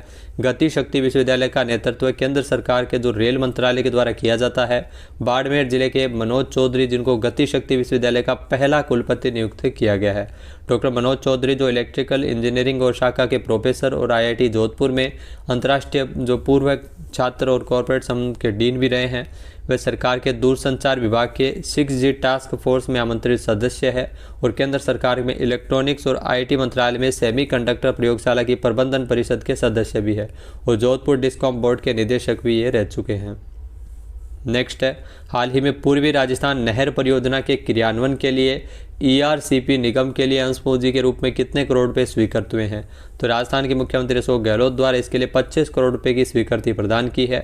राजस्थान सरकार के द्वारा जो पूर्वी राजस्थान नहर परियोजना ERCP के क्रियान्वयन के लिए प्रतिबद्धता के साथ कार्य करने के लिए ERCP निगम का गठन किया गया है और इसी निगम की अंश पूंजी के रूप में 25 करोड़ रुपए की स्वीकृति प्रदान की है। राजस्थान नहर परियोजना जो प्रदेश की महत्वाकांक्षी परियोजना है, पूर्वी राजस्थान नहर परियोजना, जिसकी DPR केंद्र सरकार के उपक्रम वेफोर्स लिमिटेड द्वारा तैयार की गई है। नेक्स्ट है, हाल ही में BSF ने देश में पहली बार राजस्थान के किस जिले में एक थीम पार्क विकसित किया है? तो BSF के द्वारा राजस्थान के जैसलमेर में एक थीम पार्क है वो जैसलमेर के सम में विकसित किया गया है। जी हाँ, सम के धोरों पर यह थीम पार्क विकसित किया गया है। BSF के जवानों की जंगी कहानियों से पर्यटक यहाँ से रूबरू होंगे और जानेंगे कि जवान कैसे बिना रुके 24 घंटे बॉर्डर की रखवाली करते हैं। भारत पाकिस्तान सीमा की जो प्रतिकृति, OP टावर, पेट्रोलिंग वाहन, ऊँटों पर गश्त का अनुभव ले सकेंगे। 10 एकड़ भूमि में फैले इस जो स्पेशल पार्क में पर्यटक पूरा दिन बिता सकेंगे और ये थीम पार्क देश का पहला पार्क है जहां पर बॉर्डर पर नहीं जाने वाले पर्यटकों को भी बॉर्डर का पूरा फील है वो आएगा। तो ये थीम पार्क जल्दी बनकर जैसलमेर में तैयार होगा। नेक्स्ट है, हाल ही में राजस्थान की किस योजना को राष्ट्रीय स्तर पर स्कोच अवार्ड से सम्मानित किया गया है? तो राजस्थान की जो इंदिरा गांधी मातृत्व पोषण योजना, जिन्हें यह पुरस्कार मिला है, जी हाँ, इस योजना मुख्य रूप से गर्भवती महिलाओं की पोषण संबंधी आवश्यकताओं की पूर्ति करने के उद्देश्य से राजस्थान सरकार ने इंदिरा गांधी मातृत्व पोषण योजना की शुरुआत की थी, जिसे राष्ट्रीय स्तर पर स्कॉच गोल्ड अवार्ड से नवाजा गया था। जी हाँ, नई दिल्ली में स्थित इंडिया हैबिटेट सेंटर में 19 दिसंबर को आयोजित पुरस्कार वितरण समारोह में योजना को द्वितीय पुरस्कार के लिए सिल्वर मेडल दिया गया था। निदेशक समेकित बाल विकास सेवाएं रामातार मीणा और योजना में जो तकनीकी सहयोग दे रही संस्था जो IPI ग्लोबल की प्रतिनिधि दिव्या संथानम ने पुरस्कार ग्रहण किया था। साल 2020-21 में 5 जनजातीय जिलों में, जिसमें 12 बांसवाड़ा, डूंगरपुर, प्रतापगढ़ और उदयपुर में इस योजना का शुरुआत है वो की गई थी। अब की बार इस योजना को इस बार के बजट से 2022-23 में सभी जिलों में, जी हाँ, सभी 33 जिलों में इस योजना को लागू कर दिया गया है। इस योजना के तहत दूसरी संतान के जन्म पर गर्भवती महिलाओं को 6,000 रुपये की सहायता राशि सरकार द्वारा 5 चरणों में दी जाती है। इंदिरा गांधी मातृत्व योजना जो पोषण योजना जो पूरी तरह से पेपरलेस योजना है, यानी आवेदन करने के लिए किसी प्रकार की कागजी कार्यवाही की ज़रूरत इसमें नहीं रहती है। नेक्स्ट है, हाल ही में राजस्थान में कार्यरत किस कंपनी को लगातार तीसरे वर्ष ग्रेट मैनेजर अवार्ड्स 2022 में कंपनी विद ग्रेट मैनेजर्स का खिताब दिया गया है? तो हिंदुस्तान जिंक को यह पुरस्कार मिला है। जी हाँ, हिंदुस्तान जिंक को लगातार तीसरे साल ग्रेट मैनेजर्स अवार्ड 2022 में के जो कंपनी विद ग्रेट मैनेजर्स का खिताब अपने नाम किया है और 3 व्यक्तिगत पुरस्कार भी हिंदुस्तान जिंक ने जीते हैं। ग्रेट मैनेजर्स अवार्ड्स में पीपल बिजनेस और इकोनॉमिक टाइम्स की संयुक्त पहल है। भारत में ग्रेट मैनेजर्स वाले संगठनों की पहचान करते हुए उन्हें पुरस्कृत करना इसका मुख्य उद्देश्य है और ये कार्यक्रम प्रतिभागी संगठनों को जो कई उद्योगों में स्वयं और उनके प्रबंधकों की तुलना और बेंचमार्क को स्थापित करने में सक्षम बनाता है। द इकोनॉमिक टाइम्स और पीपल बिजनेस ने हिंदुस्तान जिंक के मनमीत सिंह, पराग जैन और मोहम्मद अली को टॉप 100 ग्रेट मैनेजर्स में शामिल किया है। इसके अलावा टॉप 300 में से हिंदुस्तान जिंक के 12 मैनेजर्स को नामित भी किया गया है। नेक्स्ट है, हाल ही में राजस्थान के किस जिले में 21 दिसंबर से शिल्पग्राम महोत्सव की शुरुआत की गई है? तो झीलों की नगरी उदयपुर में 21 दिसंबर से 10 दिवसीय शिल्पग्राम महोत्सव शुरू हुआ है। राज्यपाल कलराज मिश्र के द्वारा इसका शुभारंभ किया गया था। 10 दिवसीय शिल्पग्राम महोत्सव के दौरान 800 शिल्पकार और 1000 लोक आर्टिस्ट खुद की कलाकारी का मनमोहक प्रदर्शन करेंगे। यह शिल्पग्राम महोत्सव जो 21 दिसंबर से शुरू हुआ है, जो 30 दिसंबर को समाप्त होगा। शिल्पग्राम महोत्सव के दौरान हर रोज अलग अलग थीम पर कार्यक्रम भी आयोजित किए जाएंगे। अगला क्वेश्चन है, हाल ही में मुख्यमंत्री पुनर्वास गृह योजना के लिए राजस्थान में जो कितने करोड़ रुपए के वित्तीय प्रावधान को स्वीकृति प्रदान की है? तो राजस्थान सरकार जो बेघर, वृद्धजन एवं कामकाजी महिलाओं और असहाय व्यक्तियों के समुचित आवास के लिए योजना बनाई है। योजना का नाम है मुख्यमंत्री पुनर्वास गृह योजना और इस योजना के लिए 28.23 करोड़ रुपए को वित्तीय स्वीकृति प्रदान की है। प्रस्ताव के अनुसार विभागीय भवन निर्मित होने तक ग्रहों का संचालन जो संबंधित राजकीय भवनों और राजकीय भवनों की अनुपलब्धता में किराए के भवनों में किया जाएगा। इसके लिए कई जिलों में आवासों की भी व्यवस्था वो की जाएगी। तो मुख्यमंत्री पुनर्वास गृह योजना, जिसके तहत बजट में 75 आवासीय क्षमता के 45 मुख्यमंत्री पुनर्वास गृहों को स्थापित किए जाने की घोषणा की गई थी और उसी के अनुरूप यह वित्तीय स्वीकृति प्रदान की है। नेक्स्ट है, हाल ही में राजस्थान में वर्ष 2023 से शुरू होने वाले राजीव गांधी शहरी ओलंपिक खेलों के लिए ऑनलाइन पोर्टल को किसने लॉन्च किया है? तो 21 दिसंबर से इसके रजिस्ट्रेशन है वो राजस्थान में राजीव गांधी शहरी ओलंपिक खेलों के लिए शुरू हो गए हैं। सचिवालय में खेल मंत्री अशोक चांदना ने इसके लिए ऑनलाइन पोर्टल को लॉन्च किया था। खिलाड़ियों का पंजीकरण ऑनलाइन पोर्टल के माध्यम से किया जाएगा और ये पोर्टल 1 माह तक खुला रहेगा। प्रदेश में पहली बार शहरी ओलंपिक खेलों का आयोजन है वो ग्रामीण ओलंपिक खेलों की तर्ज पर किया जा रहा है। 26 जनवरी 2023 से इसका आयोजन है वो किया जाएगा, जिसमें निकायवार क्लस्टर का निर्माण होगा। राज्य की 240 नगरीय निकाय, जिसमें 10 नगर निगम, 36 नगर परिषद और 154 नगर पालिकाएं शामिल है, जहां पर ये खेल होंगे। जिसमें आपको बता दें कि राजीव गांधी शहरी ओलंपिक खेलों में इस बार 7 खेल को शामिल किया है, जिसमें कबड्डी बालक और बालिका वर्ग के लिए, टेनिस बॉल क्रिकेट बालक और बालिका वर्ग के लिए, खो खो इसमें बालिका वर्ग के लिए, वॉलीबॉल बालक और बालिका वर्ग, एथलेटिक्स 100 मीटर, 200 मीटर और 400 मीटर के लिए, इसके अलावा फुटबॉल जो बालक और बालिका वर्ग के लिए और बास्केटबॉल को भी शामिल किया है बालक और बालिका वर्ग में। तो 7 खेल है वो इस बार शामिल हो रहे हैं। खेलों से भी काफ़ी सारे क्वेश्चन है हाल ही में ग्रामीण ओलंपिक खेलों से पूछे गए थे सेकेंड ग्रेड के एग्जाम में। 26 जनवरी 2023 से शुरू होकर 31 जनवरी 2023 तक प्रतियोगिता चलेगी। जिस प्रकार जिला स्तर पर प्रतियोगिताएं 13 से 16 फरवरी तक और राज्य स्तरीय खेल है वो 25 से 28 फरवरी 2023 तक होंगे। नेक्स्ट है, हाल ही में राजस्थान लोक सेवा आयोग साल 2022 में अपना कौन सा स्थापना दिवस मना रहा है? तो राजस्थान लोक सेवा आयोग जो 74वां स्थापना दिवस अपना मना रहा है। जी हाँ, इस दौरान आयोग की ओर से किए गए नवाचारों सहित साल 2022 के संपादित कार्यों की जानकारी भी दी गई है। 22 दिसंबर 1949 को अस्तित्व में आया था राजस्थान लोक सेवा आयोग, जिसकी स्थापना हुई थी, कार्य करना आरंभ किया था 22 दिसंबर 1949 को। उस समय के जो तत्कालीन जो मुख्य न्यायाधीश S.K. घोष को इसमें अध्यक्ष के रूप में नियुक्त किया गया था।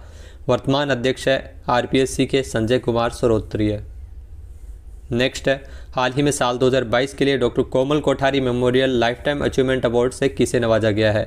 तो हाल ही में जो तमाशा राजस्थान के एक लोक नाट्य के रूप में तमाशे को जाना जाता है, पूरे भारत में प्रचलित है। Doctor Komal Kothari memorial lifetime achievement award जो दिलीप भट्ट जो तमाशा साधक है, जी हाँ, भट्ट परिवार में ये प्रसिद्ध दिवंगत कलाकार गोपी जी भट्ट के पुत्र है दिलीप भट्ट, जिनको यह पुरस्कार मिलेगा। जी हाँ, दिलीप भट्ट को ये पुरस्कार राज्यपाल कलराज मिश्र के द्वारा शिल्पग्राम उत्सव के दौरान उदयपुर में दिया गया है। इसके अलावा आपको बता दें कि पश्चिमी क्षेत्र सांस्कृतिक कला केंद्र के निदेशक किरण सोनी ने बताया है कि इस बार लोक कला पुरस्कार जयपुर की तमाशा शैली के तमाशे साधक दिलीप भट्ट को दिया गया है।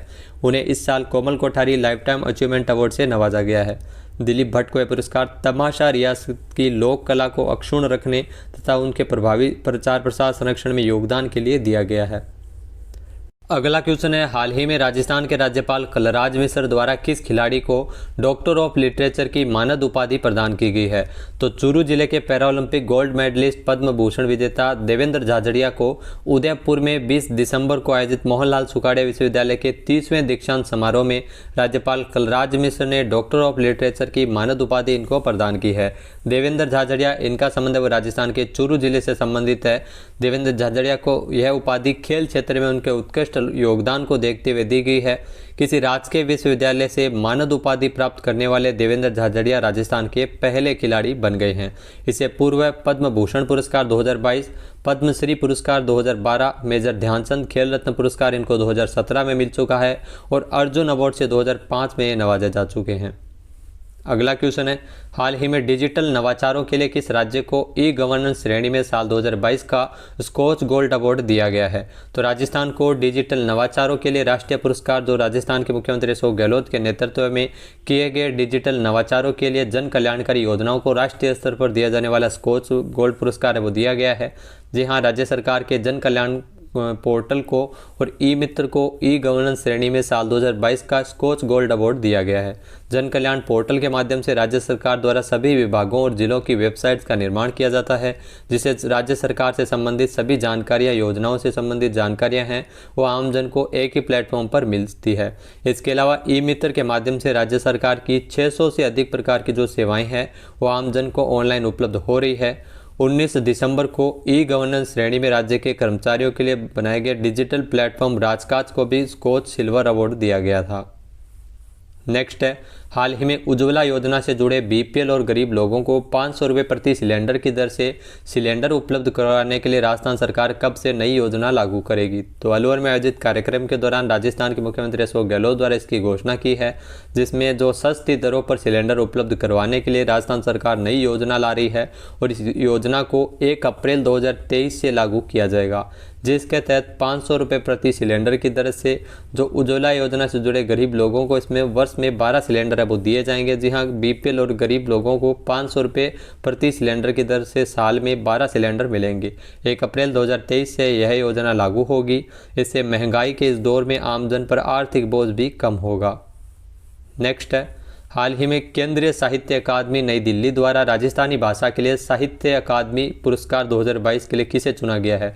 तो केंद्रीय साहित्य अकादमी नई दिल्ली ने 22 दिसंबर को साहित्य अकादमी पुरस्कारों की घोषणा की थी, जिसमें राजस्थानी भाषा के लिए बीकानेर के वरिष्ठ साहित्यकार कमल रंगा, ध्यान रखना नाम क्वेश्चन पूछा जा सकता है, बीकानेर के कमल रंगा जिनको नाट्यकृति अलेखू अम्बा को तो साहित्य अकादमी पुरस्कार के लिए चुना गया। जी हाँ, राजस्थानी भाषा के लिए कमल रंगा को साहित्य अकादमी पुरस्कार मिला है। इनकी जो नाट्यकृति है अलेखू अम्बा के लिए, ये नाट्यकृति महाभारत के पौराणिक नारी चरित्र अम्बा को केंद्र में रखकर सर्जित की गई है। कमल रंगा को राजस्थानी भाषा का ये राष्ट्रीय साहित्य अकादमी पुरस्कार है वो मिला है, जो इस समारोह के दौरान इनको ताम्रपत्र, शॉल एवं 1 लाख रुपए की राशि है वो दी जाएगी। कविता संग्रह तुमड़ी के शब्द के लिए हिंदी के प्रसिद्ध कवि बद्री नारायण को साहित्य अकादमी पुरस्कार हिंदी के लिए, और इसके अलावा अंग्रेजी उपन्यास all the lives we never lived के लिए अनुराधा रॉय को इंग्लिश के लिए साहित्य अकादमी पुरस्कार मिलेगा। इसके अलावा नेक्स्ट है, हाल ही में राजस्थान के किस जिले में एंडोक्राइन सोसाइटी ऑफ इंडिया एसीकॉन 2022 की 51वीं एनुअल कॉन्फ्रेंस का आयोजन है वो किया जा रहा है। तो आपको बता दें कि जयपुर में एंडोक्राइन सोसाइटी ऑफ इंडिया एसीकॉन 2022 की 51वीं एनुअल कॉन्फ्रेंस है वो आयोजित हो रही है। इस कॉन्फ्रेंस में बिरला सभागार में आयोजित इसका आयोजन अब किया जा रहा है, जिसमें दुनिया भर के डॉक्टर्स इसमें हिस्सा ले रहे हैं। इस कॉन्फ्रेंस की शुरुआत 21 दिसंबर को हुई थी जयपुर में। एसीकॉन 2022 22 दिसंबर को राज्यपाल कलराज मिश्र की ओर से इसका औपचारिक उद्घाटन भी किया गया था, और 23 और 24 दिसंबर को 2 दिन और कॉन्फ्रेंस का आयोजन किया जाएगा। तो 4 दिवसीय कॉन्फ्रेंस में हार्मोन से संबंधित बीमारियों पर डॉक्टरों द्वारा चर्चा की जा रही है। डॉक्टर्स की ओर से अपने नए रिसर्च, ट्रीटमेंट और नई दवाइयों और टेक्नोलॉजी पर एक्सपीरियंस इसमें शेयर किए जा रहे हैं। तो इस कॉन्फ्रेंस में सभी डॉक्टर्स की स्पीच का सबसे बड़ा विषय है वो डायबिटीज़ रखा गया। डायबिटीज़ जो रोग है जो दुनिया भर में काफ़ी तेज़ी से भी फैल रहा है। नेक्स्ट क्वेश्चन है, हाल ही में राजस्थान में जयपुर ज्वेलरी शो के कौन से संस्करण का आयोजन 23 से लेकर 26 दिसंबर 2022 तक जयपुर में किया जा रहा है। तो जयपुर में जयपुर ज्वेलरी शो का 20वां संस्करण है, जिसका आयोजन 23 से लेकर 26 दिसंबर 2022 तक जयपुर में किया जा रहा है, जिसमें प्रतिष्ठित देश के दिग्गज जौहरी इसमें शामिल हो रहे हैं, ज्वेलर्स इसमें हिस्सा ले रहे हैं।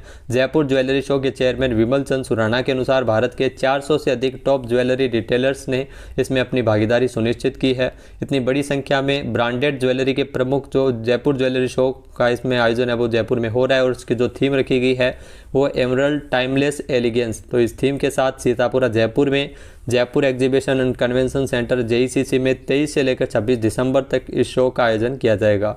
इस बार JJS में 82 नए प्रतिभागी और राष्ट्रीय स्तर के ब्रांड इसमें शामिल होंगे। JJS 2022 में 901 बूथ्स होंगे, और दुनिया भर के जेम्स व्यवसाय में जो जयपुर को पन्ने की राजधानी के रूप में भी जाना जाता है। दुनिया भर में तैयार जो पन्ना है वो 80% अकेले जयपुर में इसको तैयार किया जाता है। नेक्स्ट है, हाल ही में केंद्रीय साहित्य अकादमी के द्वारा नई दिल्ली द्वारा राजस्थानी भाषा का साहित्य अकादमी अनुवाद पुरस्कार 2022 के लिए किसे चुना गया। तो ये ध्यान रखना, साहित्य अकादमी का जो पुरस्कारों की घोषणा 22 दिसंबर को केंद्रीय साहित्य अकादमी के द्वारा की गई थी। इस बार साहित्य अकादमी की ओर से दिए जाने वाले जो प्रतिष्ठित अनुवाद पुरस्कार, जी हाँ, साहित्य अकादमी अनुवाद पुरस्कार के लिए इस बार बीकानेर जिले के महाजन निवासी डॉक्टर मदन गोपाल लड्ढा को चुना गया है। संस्कृति मंत्रालय भारत सरकार के अंतर्गत दी जाने वाली केंद्रीय साहित्य अकादमी के सचिव श्रीनिवास राव ने बताया कि साहित्य अकादमी की ओर से साल 2022 के लिए राजस्थानी भाषा का अनुवाद पुरस्कार है वो मदन गोपाल लड्ढा द्वारा अनुदित कृति अखूट तासड़ो, जी हाँ, अखूट तासड़ो के लिए इनको मिलेगा। अखूट तासड़ो जो सुप्रसिद्ध गुजराती उपन्यासकार डॉक्टर बिंदु भट्ट के बहुचर्चित गुजराती उपन्यास के पात्र का राजस्थानी में अनुवाद किया है, और यह पुस्तक साहित्य अकादमी के द्वारा साल 2019 में प्रकाशित की गई है। इस पुरस्कार के स्वरूप इनको 50,000 रुपये की राशि और प्रशस्ति पत्र देकर सम्मानित किया जाएगा। अगला क्वेश्चन है, हाल ही में हाउसिंग श्रेणी में किस राज्य को स्कॉच गोल्ड अवार्ड प्रदान किया गया है। तो आवासन युक्त पवन अरोड़ा के अनुसार राजस्थान आवासन मंडल को, जी हाँ, राजस्थान राज्य को यह पुरस्कार मिला है। इसके लिए राजस्थान आवासन मंडल को नवाचारों और कायाकल्प के लिए हाउसिंग श्रेणी में एक बार फिर से स्कॉच गोल्ड अवार्ड 2022 से सम्मानित किया गया है। मंडल को लगातार दूसरे वर्ष यह सम्मान अर्जित करने का गौरव प्राप्त हुआ था। दिल्ली के इंडिया हैबिटेट सेंटर में आयोजित समारोह में निदेशक परियोजना संदीप गर्ग और आवासीय अभियंता प्रोजेक्ट संजय शर्मा ने आवासन मंडल की ओर से यह अवार्ड ग्रहण किया था। हाउसिंग कैटेगरी में साल 2021 के स्कॉच गोल्ड अवार्ड के बाद साल 2022 में भी स्कॉच गोल्ड अवार्ड वो मिला है। लगातार दूसरी बार है जब यह सम्मान इनको दिया गया है, राजस्थान आवासन मंडल को मिला है। राजस्थान आवासन मंडल को इंडियन बिल्डिंग कांग्रेस और नेशनल रियल एस्टेट काउंसिल नई दिल्ली की ओर से स्कॉच ग्रुप। अगला क्वेश्चन है, हाल ही में 23 दिसंबर को राजस्थान के जयपुर में राष्ट्रीय अमृता हाट का शुभारंभ किसके द्वारा किया गया था। तो राजस्थान की महिला एवं बाल विकास मंत्री है ममता भूपेश, जिन्होंने 23 दिसंबर को जयपुर के जवाहर कला केंद्र परिसर में शिल्पग्राम में राष्ट्रीय अमृता हाट का शुभारंभ किया था। राष्ट्रीय अमरता हाट जो 23 दिसंबर से लेकर 1 जनवरी 2023 तक इसका आयोजन है वो किया जा रहा है। राजस्थान सरकार और स्वयं सहायता समूह की जो महिलाओं के हस्त निर्मित आकर्षक उत्पादों की यहाँ पर 140 से ज़्यादा स्टॉल पर महिलाओं की बेहतरीन कारीगरी के उत्पादों को बेचने का अवसर मिलेगा, जिसमें हैंडीक्राफ्ट, कशीदाकारी, लाख की चूड़ियाँ, paper mache item, salwar suit, terracotta, artificial jewellery, chikan zari work, कांच एवं पेच वर्क, सभी जो पसंदीदा कलाकारों की हस्तशिल्प कलाकारी यहाँ पर देखने को मिल जाएगी। तो इसके अलावा अचार, मुरब्बा, मसाले भी आपको यहाँ पर मिलेंगे। नेक्स्ट है, हाल ही में जयपुर लिटरेचर फेस्टिवल के निर्माता SK रॉय को किस क्षेत्र में टैगोर पुरस्कार से सम्मानित किया गया है? तो टैगोर पुरस्कार से सम्मानित किया गया है SK रॉय की अगर बात की जाए तो इनको कला के क्षेत्र में पुरस्कार मिला है। जी हाँ, कला के क्षेत्र में SK रॉय को टैगोर पुरस्कार से नवाजा गया है सामाजिक उपलब्धि के लिए। संजय के रॉय जो जयपुर लिटरेचर फेस्टिवल और दुनिया के 30 से ज़्यादा कला उत्सवों के निर्माता है। साहित्य के लिए टैगोर पुरस्कार 2018 से प्रतिवर्ष दिया जाता है और यह पुरस्कार हमेशा हर साल दिसंबर माह में प्रदान किया जाता है। तो इस साल जो 5वां संस्करण है पुरस्कार का, इसे साहित्यिक और सामाजिक उपलब्धियों को मान्यता देने के लिए साल 2018 में शुरू किया था। अगला क्वेश्चन है, राजस्थान के उद्यमियों को ऑनलाइन प्रशिक्षण कार्यक्रम और व्यवसायिक प्रशिक्षण प्रदान करने के लिए इंडियन बैंक ने कौन सा कार्यक्रम शुरू किया है? तो MSME प्रेरणा जो कार्यक्रम है वो इंडियन बैंक के द्वारा MSME के क्षेत्र में सुदृढ़ कार्य करने के लिए उद्यमियों को ऑनलाइन प्रशिक्षण कार्यक्रम द्वारा व्यवसायिक प्रशिक्षण प्रदान करने के उद्देश्य से मुख्य सचिव उषा शर्मा के द्वारा इसमें संबोधित भी किया गया था। इस कार्यक्रम को जो MSME प्रेरणा इंडियन बैंक की ओर से ये पहल की गई है, जिसमें प्रशिक्षण कार्यक्रम के तहत सभी उद्यमी निश्चित रूप से लाभान्वित होंगे और राजस्थान के MSME उद्यमियों को नई ऊर्जा का संचार देखने को मिल सकेगा। तो MSME प्रेरणा जो कार्यक्रम है वो इंडियन बैंक द्वारा राजस्थान में उद्यमियों के लिए प्रशिक्षण देने हेतु चलाया जा रहा है। अगला क्वेश्चन है, हाल ही में किस राज्य को राष्ट्रीय ऊर्जा संरक्षण पुरस्कार 2022 के अंतर्गत ऊर्जा दक्षता ब्यूरो विद्युत मंत्रालय द्वारा सर्टिफिकेट ऑफ मेरिट प्रदान किया गया है? तो यह पुरस्कार आपको बता दें कि राजस्थान को मिला है 14 दिसंबर को। ऊर्जा संरक्षण और ऊर्जा की बचत के लिए उपलब्ध संसाधनों का दक्षतापूर्ण उपयोग करने के लिए राजस्थान को राष्ट्रीय ऊर्जा संरक्षण पुरस्कार 2022 के अंतर्गत ऊर्जा दक्षता ब्यूरो विद्युत मंत्रालय द्वारा सर्टिफिकेट ऑफ मेरिट प्रदान किया गया था। केंद्रीय विद्युत एवं नवीन और नवीकरणीय ऊर्जा मंत्री RK सिंह ने नई दिल्ली के विज्ञान भवन में राष्ट्रीय स्तर पर आयोजित समारोह में पुरस्कार राजस्थान अक्षय ऊर्जा निगम के जो प्रबंध निदेशक है अनिल ढाका को यह पुरस्कार दिया गया था। नेक्स्ट है, राजस्थान ललित कला अकादमी जयपुर द्वारा 63वीं वार्षिक कला प्रदर्शनी का उद्घाटन कब किया गया था? तो 24 दिसंबर को राजस्थान ललित कला अकादमी जयपुर द्वारा 63वीं वार्षिक कला प्रदर्शनी का उद्घाटन और पुरस्कार वितरण समारोह का आयोजन हुआ था, जिसमें मुख्य अतिथि के तौर पर डॉक्टर BD कला जो कला एवं संस्कृति विभाग के हैं और कार्यक्रम की अध्यक्षता की थी जो राजस्थान ललित कला अकादमी के अध्यक्ष लक्ष्मण व्यास के द्वारा। इस अवसर पर 9 कलाकारों को इसमें 25-25 हज़ार रुपये की नगद राशि से सम्मानित किया गया था। स्मृति चिन्ह, शॉल और प्रमाण पत्र देकर प्रदर्शनी है वो 30 दिसंबर तक दर्शकों के लिए इसमें खुली रही थी। तो राजस्थान ललित कला अकादमी जयपुर द्वारा 63वीं वार्षिक कला प्रदर्शनी हाल ही में 24 दिसंबर से इसका शुभारंभ किया गया था। नेक्स्ट है, हाल ही में 27 दिसंबर को राजस्थान पर्यटन विकास निगम ने पर्यटन को बढ़ावा देने के उद्देश्य से हेलीकॉप्टर जॉय राइड की शुरुआत कहाँ की थी? तो ये ध्यान रखना, जैसलमेर से इसका शुभारंभ किया गया था। राजस्थान पर्यटन विकास निगम के द्वारा पर्यटन को बढ़ावा देने के उद्देश्य से हेलीकॉप्टर जॉय राइड की शुरुआत है वो 27 दिसंबर को जैसलमेर के सम से की गई थी। जी हाँ, सम की ढाणी में इसका शुभारंभ किया था, जिसमें जो वर्चुअल रूप से CM अशोक गहलोत और पर्यटन मंत्री विश्वेंद्र सिंह शामिल हुए थे। पर्यटन विकास निगम के इस नवाचार से सैलानी और स्थानीय नागरिक भी हेलीकॉप्टर में बैठकर जैसलमेर के सम रेतीले जो धोरों और लहरेदार धोरों का नज़ारा आसमान से ले सकेंगे। नेक्स्ट है, राजस्थान में 11 वर्ष बाद 10 से लेकर 13 जनवरी 2023 तक 83वां अखिल भारतीय पीठासीन अधिकारियों का जो सम्मेलन है वो कहां पर आयोजित किया जाएगा? तो इस सम्मेलन का आयोजन जयपुर में होगा। जी हां, राजस्थान विधानसभा में जो पीठासीन अधिकारियों और सचिवों का जो सम्मेलन है 10 से लेकर 13 जनवरी तक इसका आयोजन है वो जयपुर में किया जाएगा। तो 83वां अखिल भारतीय पीठासीन अधिकारी सम्मेलन राजस्थान विधानसभा में होगा और इसी के साथ ही विधानसभा के सचिवों की जो 59वीं कॉन्फ्रेंस भी 10 जनवरी को आयोजित की जाएगी। राजस्थान को इस सम्मेलन का मौका 11 वर्ष बाद में मिला है। इससे पहले राजस्थान में पीठासीन अधिकारियों का जो सम्मेलन है वो साल 2011 में आयोजित किया गया था। नेक्स्ट है, हाल ही में स्ट्रेस फ्री सिटी पार्क है वो राजस्थान के किस जिले में तैयार किया जा रहा है? तो कोटा में ये सिटी पार्क है वो बनकर तैयार किया जा रहा है। इस नई थीम पर इसे डिज़ाइन किया गया है, जिसमें जो कोटा में प्रतियोगी परीक्षाओं और कोचिंग की जो तैयारी करने वाली स्टूडेंट्स है वो यहाँ आकर तनाव मुक्त हो सकेंगे। कोटा में अक्सर आपने ऐसी घटनाएं, जो सुसाइड की घटनाएं देखी होगी, तो इस पर अंकुश लगाने के लिए सरकार के द्वारा इस पार्क को डिजाइन किया गया। जी हाँ, कोटा में स्ट्रेस फ्री पार्क बनकर तैयार हुआ है। जनवरी से 2023 से ये पार्क है वो आम लोगों के लिए खोला जाएगा। इस सिटी पार्क की थीम यही है कि देश भर के इंजीनियर और डॉक्टर बनने का सपना लेकर आने वाले छात्र इस पार्क में घूमकर तनाव मुक्त हो सके। इस पार्क में 72% हिस्से में 1.25 लाख से अधिक पेड़ पौधे लगाए गए हैं। 16% में नहर और तालाब है और 12% हिस्से में ही पक्का निर्माण किया गया है। यहाँ पर बनाई गई जो मूर्तियाँ वैज्ञानिकों की मूर्तियाँ छात्रों को प्रेरित करेगी और जीवन में प्रगति के लिए एकाग्रता, ज्ञान, स्वतंत्रता, आत्मनिर्भरता और आत्मसम्मान जैसे कौशल का उपयोग कैसे करें, यहाँ पर आराम से प्रेरणा ले सकेंगे। वैज्ञानिकों की मूर्तियाँ और जीवन भी यहाँ पर देखने को मिल जाएगी। नेक्स्ट है, हाल ही में 27 दिसंबर को बीकानेर में बीकाना चौपाटी का शुभारंभ किसके द्वारा किया गया था? तो शिक्षा मंत्री है राजस्थान के बीडी कल्ला, जिन्होंने 27 दिसंबर को बीकानेर के लिली पॉन्ड में स्थित बीकाना चौपाटी का शुभारंभ किया। इस अवसर पर उन्होंने बीकाना चौपाटी से यहाँ पर्यटन को पहचान मिलेगी बीकानेर में, जहाँ पर देशी विदेशी पर्यटकों को ये आकर्षित करेगा। जिला कलेक्टर भगवती प्रसाद कलाल के मुताबिक बीकानेर में नाइट टूरिज्म की संभावनाओं को तलाशते हुए इसे नाइट टूरिज्म के प्रमुख के रूप में भी विकसित किया जा रहा है। यहाँ पारंपरिक खाद्य पदार्थों को भी इस बीकाना चौपाटी में रखा जाएगा और खुले मंच में प्रतिदिन आयोजित होने वाली कार्यक्रमों के माध्यम से स्थानीय लोक कलाकारों को इसमें प्रोत्साहन मिल सकेगा।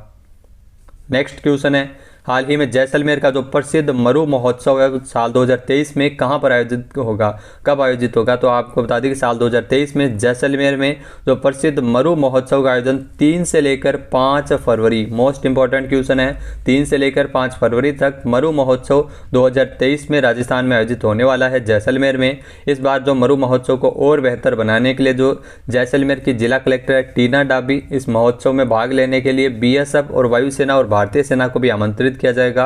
इस महोत्सव का आयोजन राजस्थान के जैसलमेर में होता है और इसे डेजर्ट फेस्टिवल और रेगिस्तान महोत्सव के नाम से भी जानते हैं। ये राजस्थान का सबसे बड़ा सांस्कृतिक कार्यक्रम है। इसका आयोजन हर वर्ष फरवरी माह में 3 दिन तक किया जाता है। नेक्स्ट क्वेश्चन है, हाल ही में 41वीं नेशनल शूटिंग बॉल चैंपियनशिप में पुरुष वर्ग में राजस्थान ने कौन सा पदक जीता है?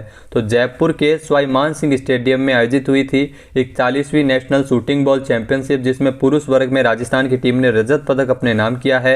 हरियाणा ने इस प्रतियोगिता में कांस्य पदक जीता है, जबकि एम्स दिल्ली ने राजस्थान को 21-16 और 24-22 से हराते हुए गोल्ड मेडल अपने नाम किया था। तो राजस्थान को रजत पदक से संतुष्ट होना पड़ा था। महिला वर्ग में जो फाइनल में महाराष्ट्र ने स्वर्ण पदक जीता है, यूपी ने रजत पदक और दिल्ली ने कांस्य पदक अपने नाम किया है। राजस्थान शूटिंग बॉल एसोसिएशन के जो अध्यक्ष है वो है लाडनू के विधायक मुकेश भाकर।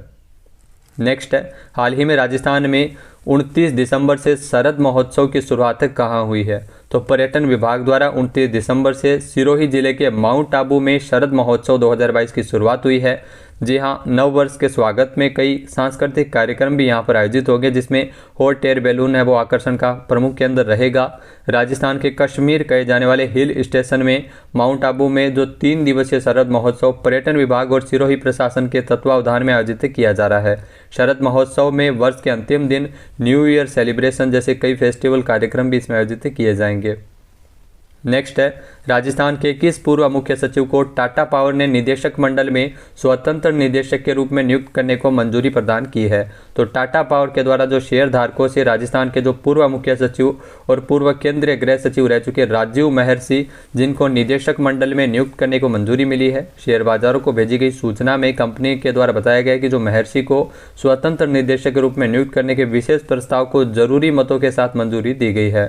राजीव महर्षि जो राजस्थान कैडर के 1978 बैच के भारतीय प्रशासनिक सेवा के सेवानिवृत्त अधिकारी है, उनके पास 42 वर्षों का अनुभव है। महर्षि को साल 2022 में पद्म भूषण सम्मान से भी नवाजा गया था। नेक्स्ट है, हाल ही में राजस्थान पुलिस मुख्यालय के निर्देशों पर साल 2023 में राजस्थान के किस जिले में साइबर पुलिस थाना शुरू किया जाएगा? तो नव वर्ष के अवसर पर जो विशेष प्रशिक्षण के बाद अजमेर साइबर थाना है वो राजस्थान पुलिस मुख्यालय के निर्देशानुसार शुरू किया जाएगा। यह पुलिस थाना अजमेर के पुलिस लाइन में स्थित भवन में संचालित होगा राजस्थान की राजधानी जयपुर में पहले से ही साइबर थाना स्थापित किया गया है। तो सीएम अशोक गहलोत ने राजस्थान के सभी जिलों में साइबर पुलिस थाने की खोले जाने की घोषणा की थी। वर्तमान में राजस्थान पुलिस के जो महानिदेशक है वो है उमेश मिश्रा। तो राजस्थान के सभी जिलों में साइबर थाने खोले जाने को लेकर जो साइबर अपराधियों के खिलाफ इसमें प्रभावी ढंग से कार्रवाई की जा सकेगी।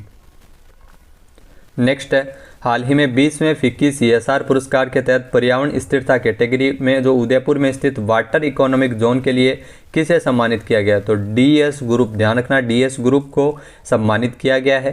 केंद्रीय जनजातीय कार्य मंत्री अर्जुन मुंडा ने 20वें फिक्की CSR पुरस्कार के तहत पर्यावरण स्थिरता कैटेगरी में राजस्थान के उदयपुर में स्थित जल आर्थिक क्षेत्र वाटर इकोनॉमिक जोन के लिए सम्मानित किया है DS ग्रुप को।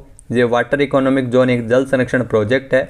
फिक्की CSR पुरस्कार जो कंपनी द्वारा कॉरपोरेट सोशल रेस्पॉन्सिबिलिटी CSR को जोड़ने और अपनाने के प्रयासों का सम्मान है। जल आर्थिक क्षेत्र की अगर वाटर इकोनॉमिक जोन की अगर बात की जाए तो इसकी शुरुआत 2018 में DS ग्रुप ने की थी उदयपुर में, और ये प्राकृतिक संसाधन खासकर पानी और मिट्टी का संवर्धन पर केंद्रित है। वर्तमान में ये ग्रुप 6 राज्यों में संचालित किया जा रहा है, जिसमें राजस्थान, मध्य प्रदेश, उत्तर प्रदेश, हिमाचल प्रदेश, उत्तराखंड और गुजरात में पानी संबंधी पहल करते हुए, जिसका लाखों लोगों को इसमें लाभ भी मिल रहा है। नेक्स्ट है, हाल ही में थाईलैंड में आयोजित की गई 39वीं अंतर्राष्ट्रीय महिला बॉडी बिल्डर्स प्रतियोगिता में राजस्थान की प्रिया सिंह मेघवाल ने कौन सा पदक जीता है? तो राजस्थान की प्रिया सिंह मेघवाल ने इस प्रतियोगिता में गोल्ड मेडल अपने नाम किया है। 39वीं अंतर्राष्ट्रीय महिला बॉडी बिल्डर्स प्रतियोगिता जो थाईलैंड में आयोजित हुई थी, इसमें जो राजस्थान की प्रथम बॉडी बिल्डर महिला प्रिया सिंह मेघवाल, जिनका संबंध है वो राजस्थान के बीकानेर से है।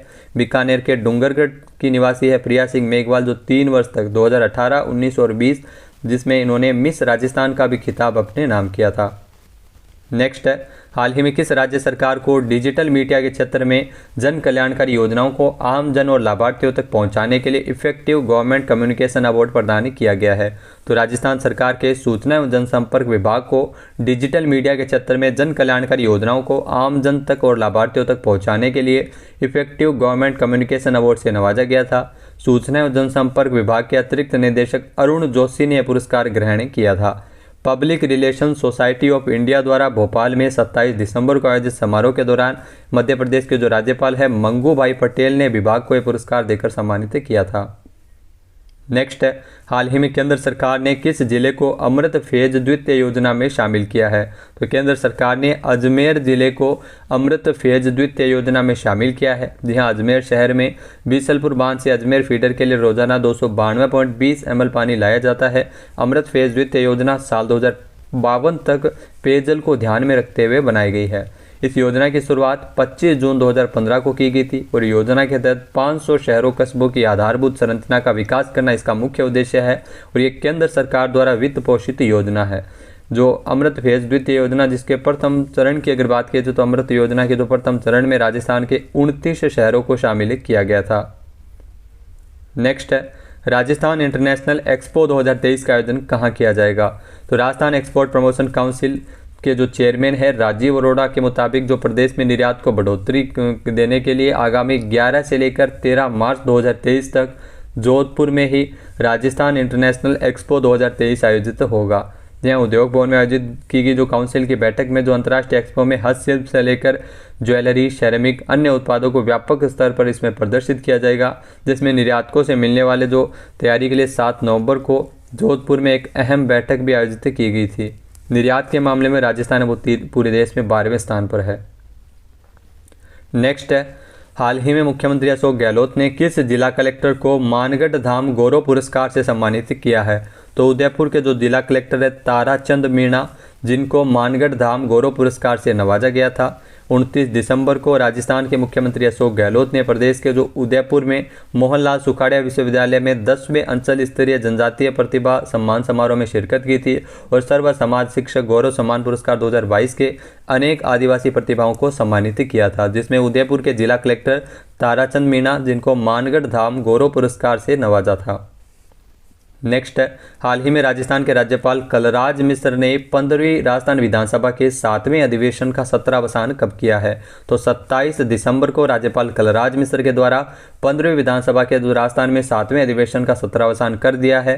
राज्यपाल कलराज मिश्र ने जो 15वीं विधानसभा के 8वें अधिवेशन को 23 जनवरी को, जी हाँ 23 जनवरी 2023 को आहूत किया है। इसके संबंध में राजस्थान विधानसभा के जो प्रमुख सचिव महावीर प्रसाद शर्मा द्वारा राजस्थान राजपत्र में अधिसूचना भी प्रकाशित करवाई गई है।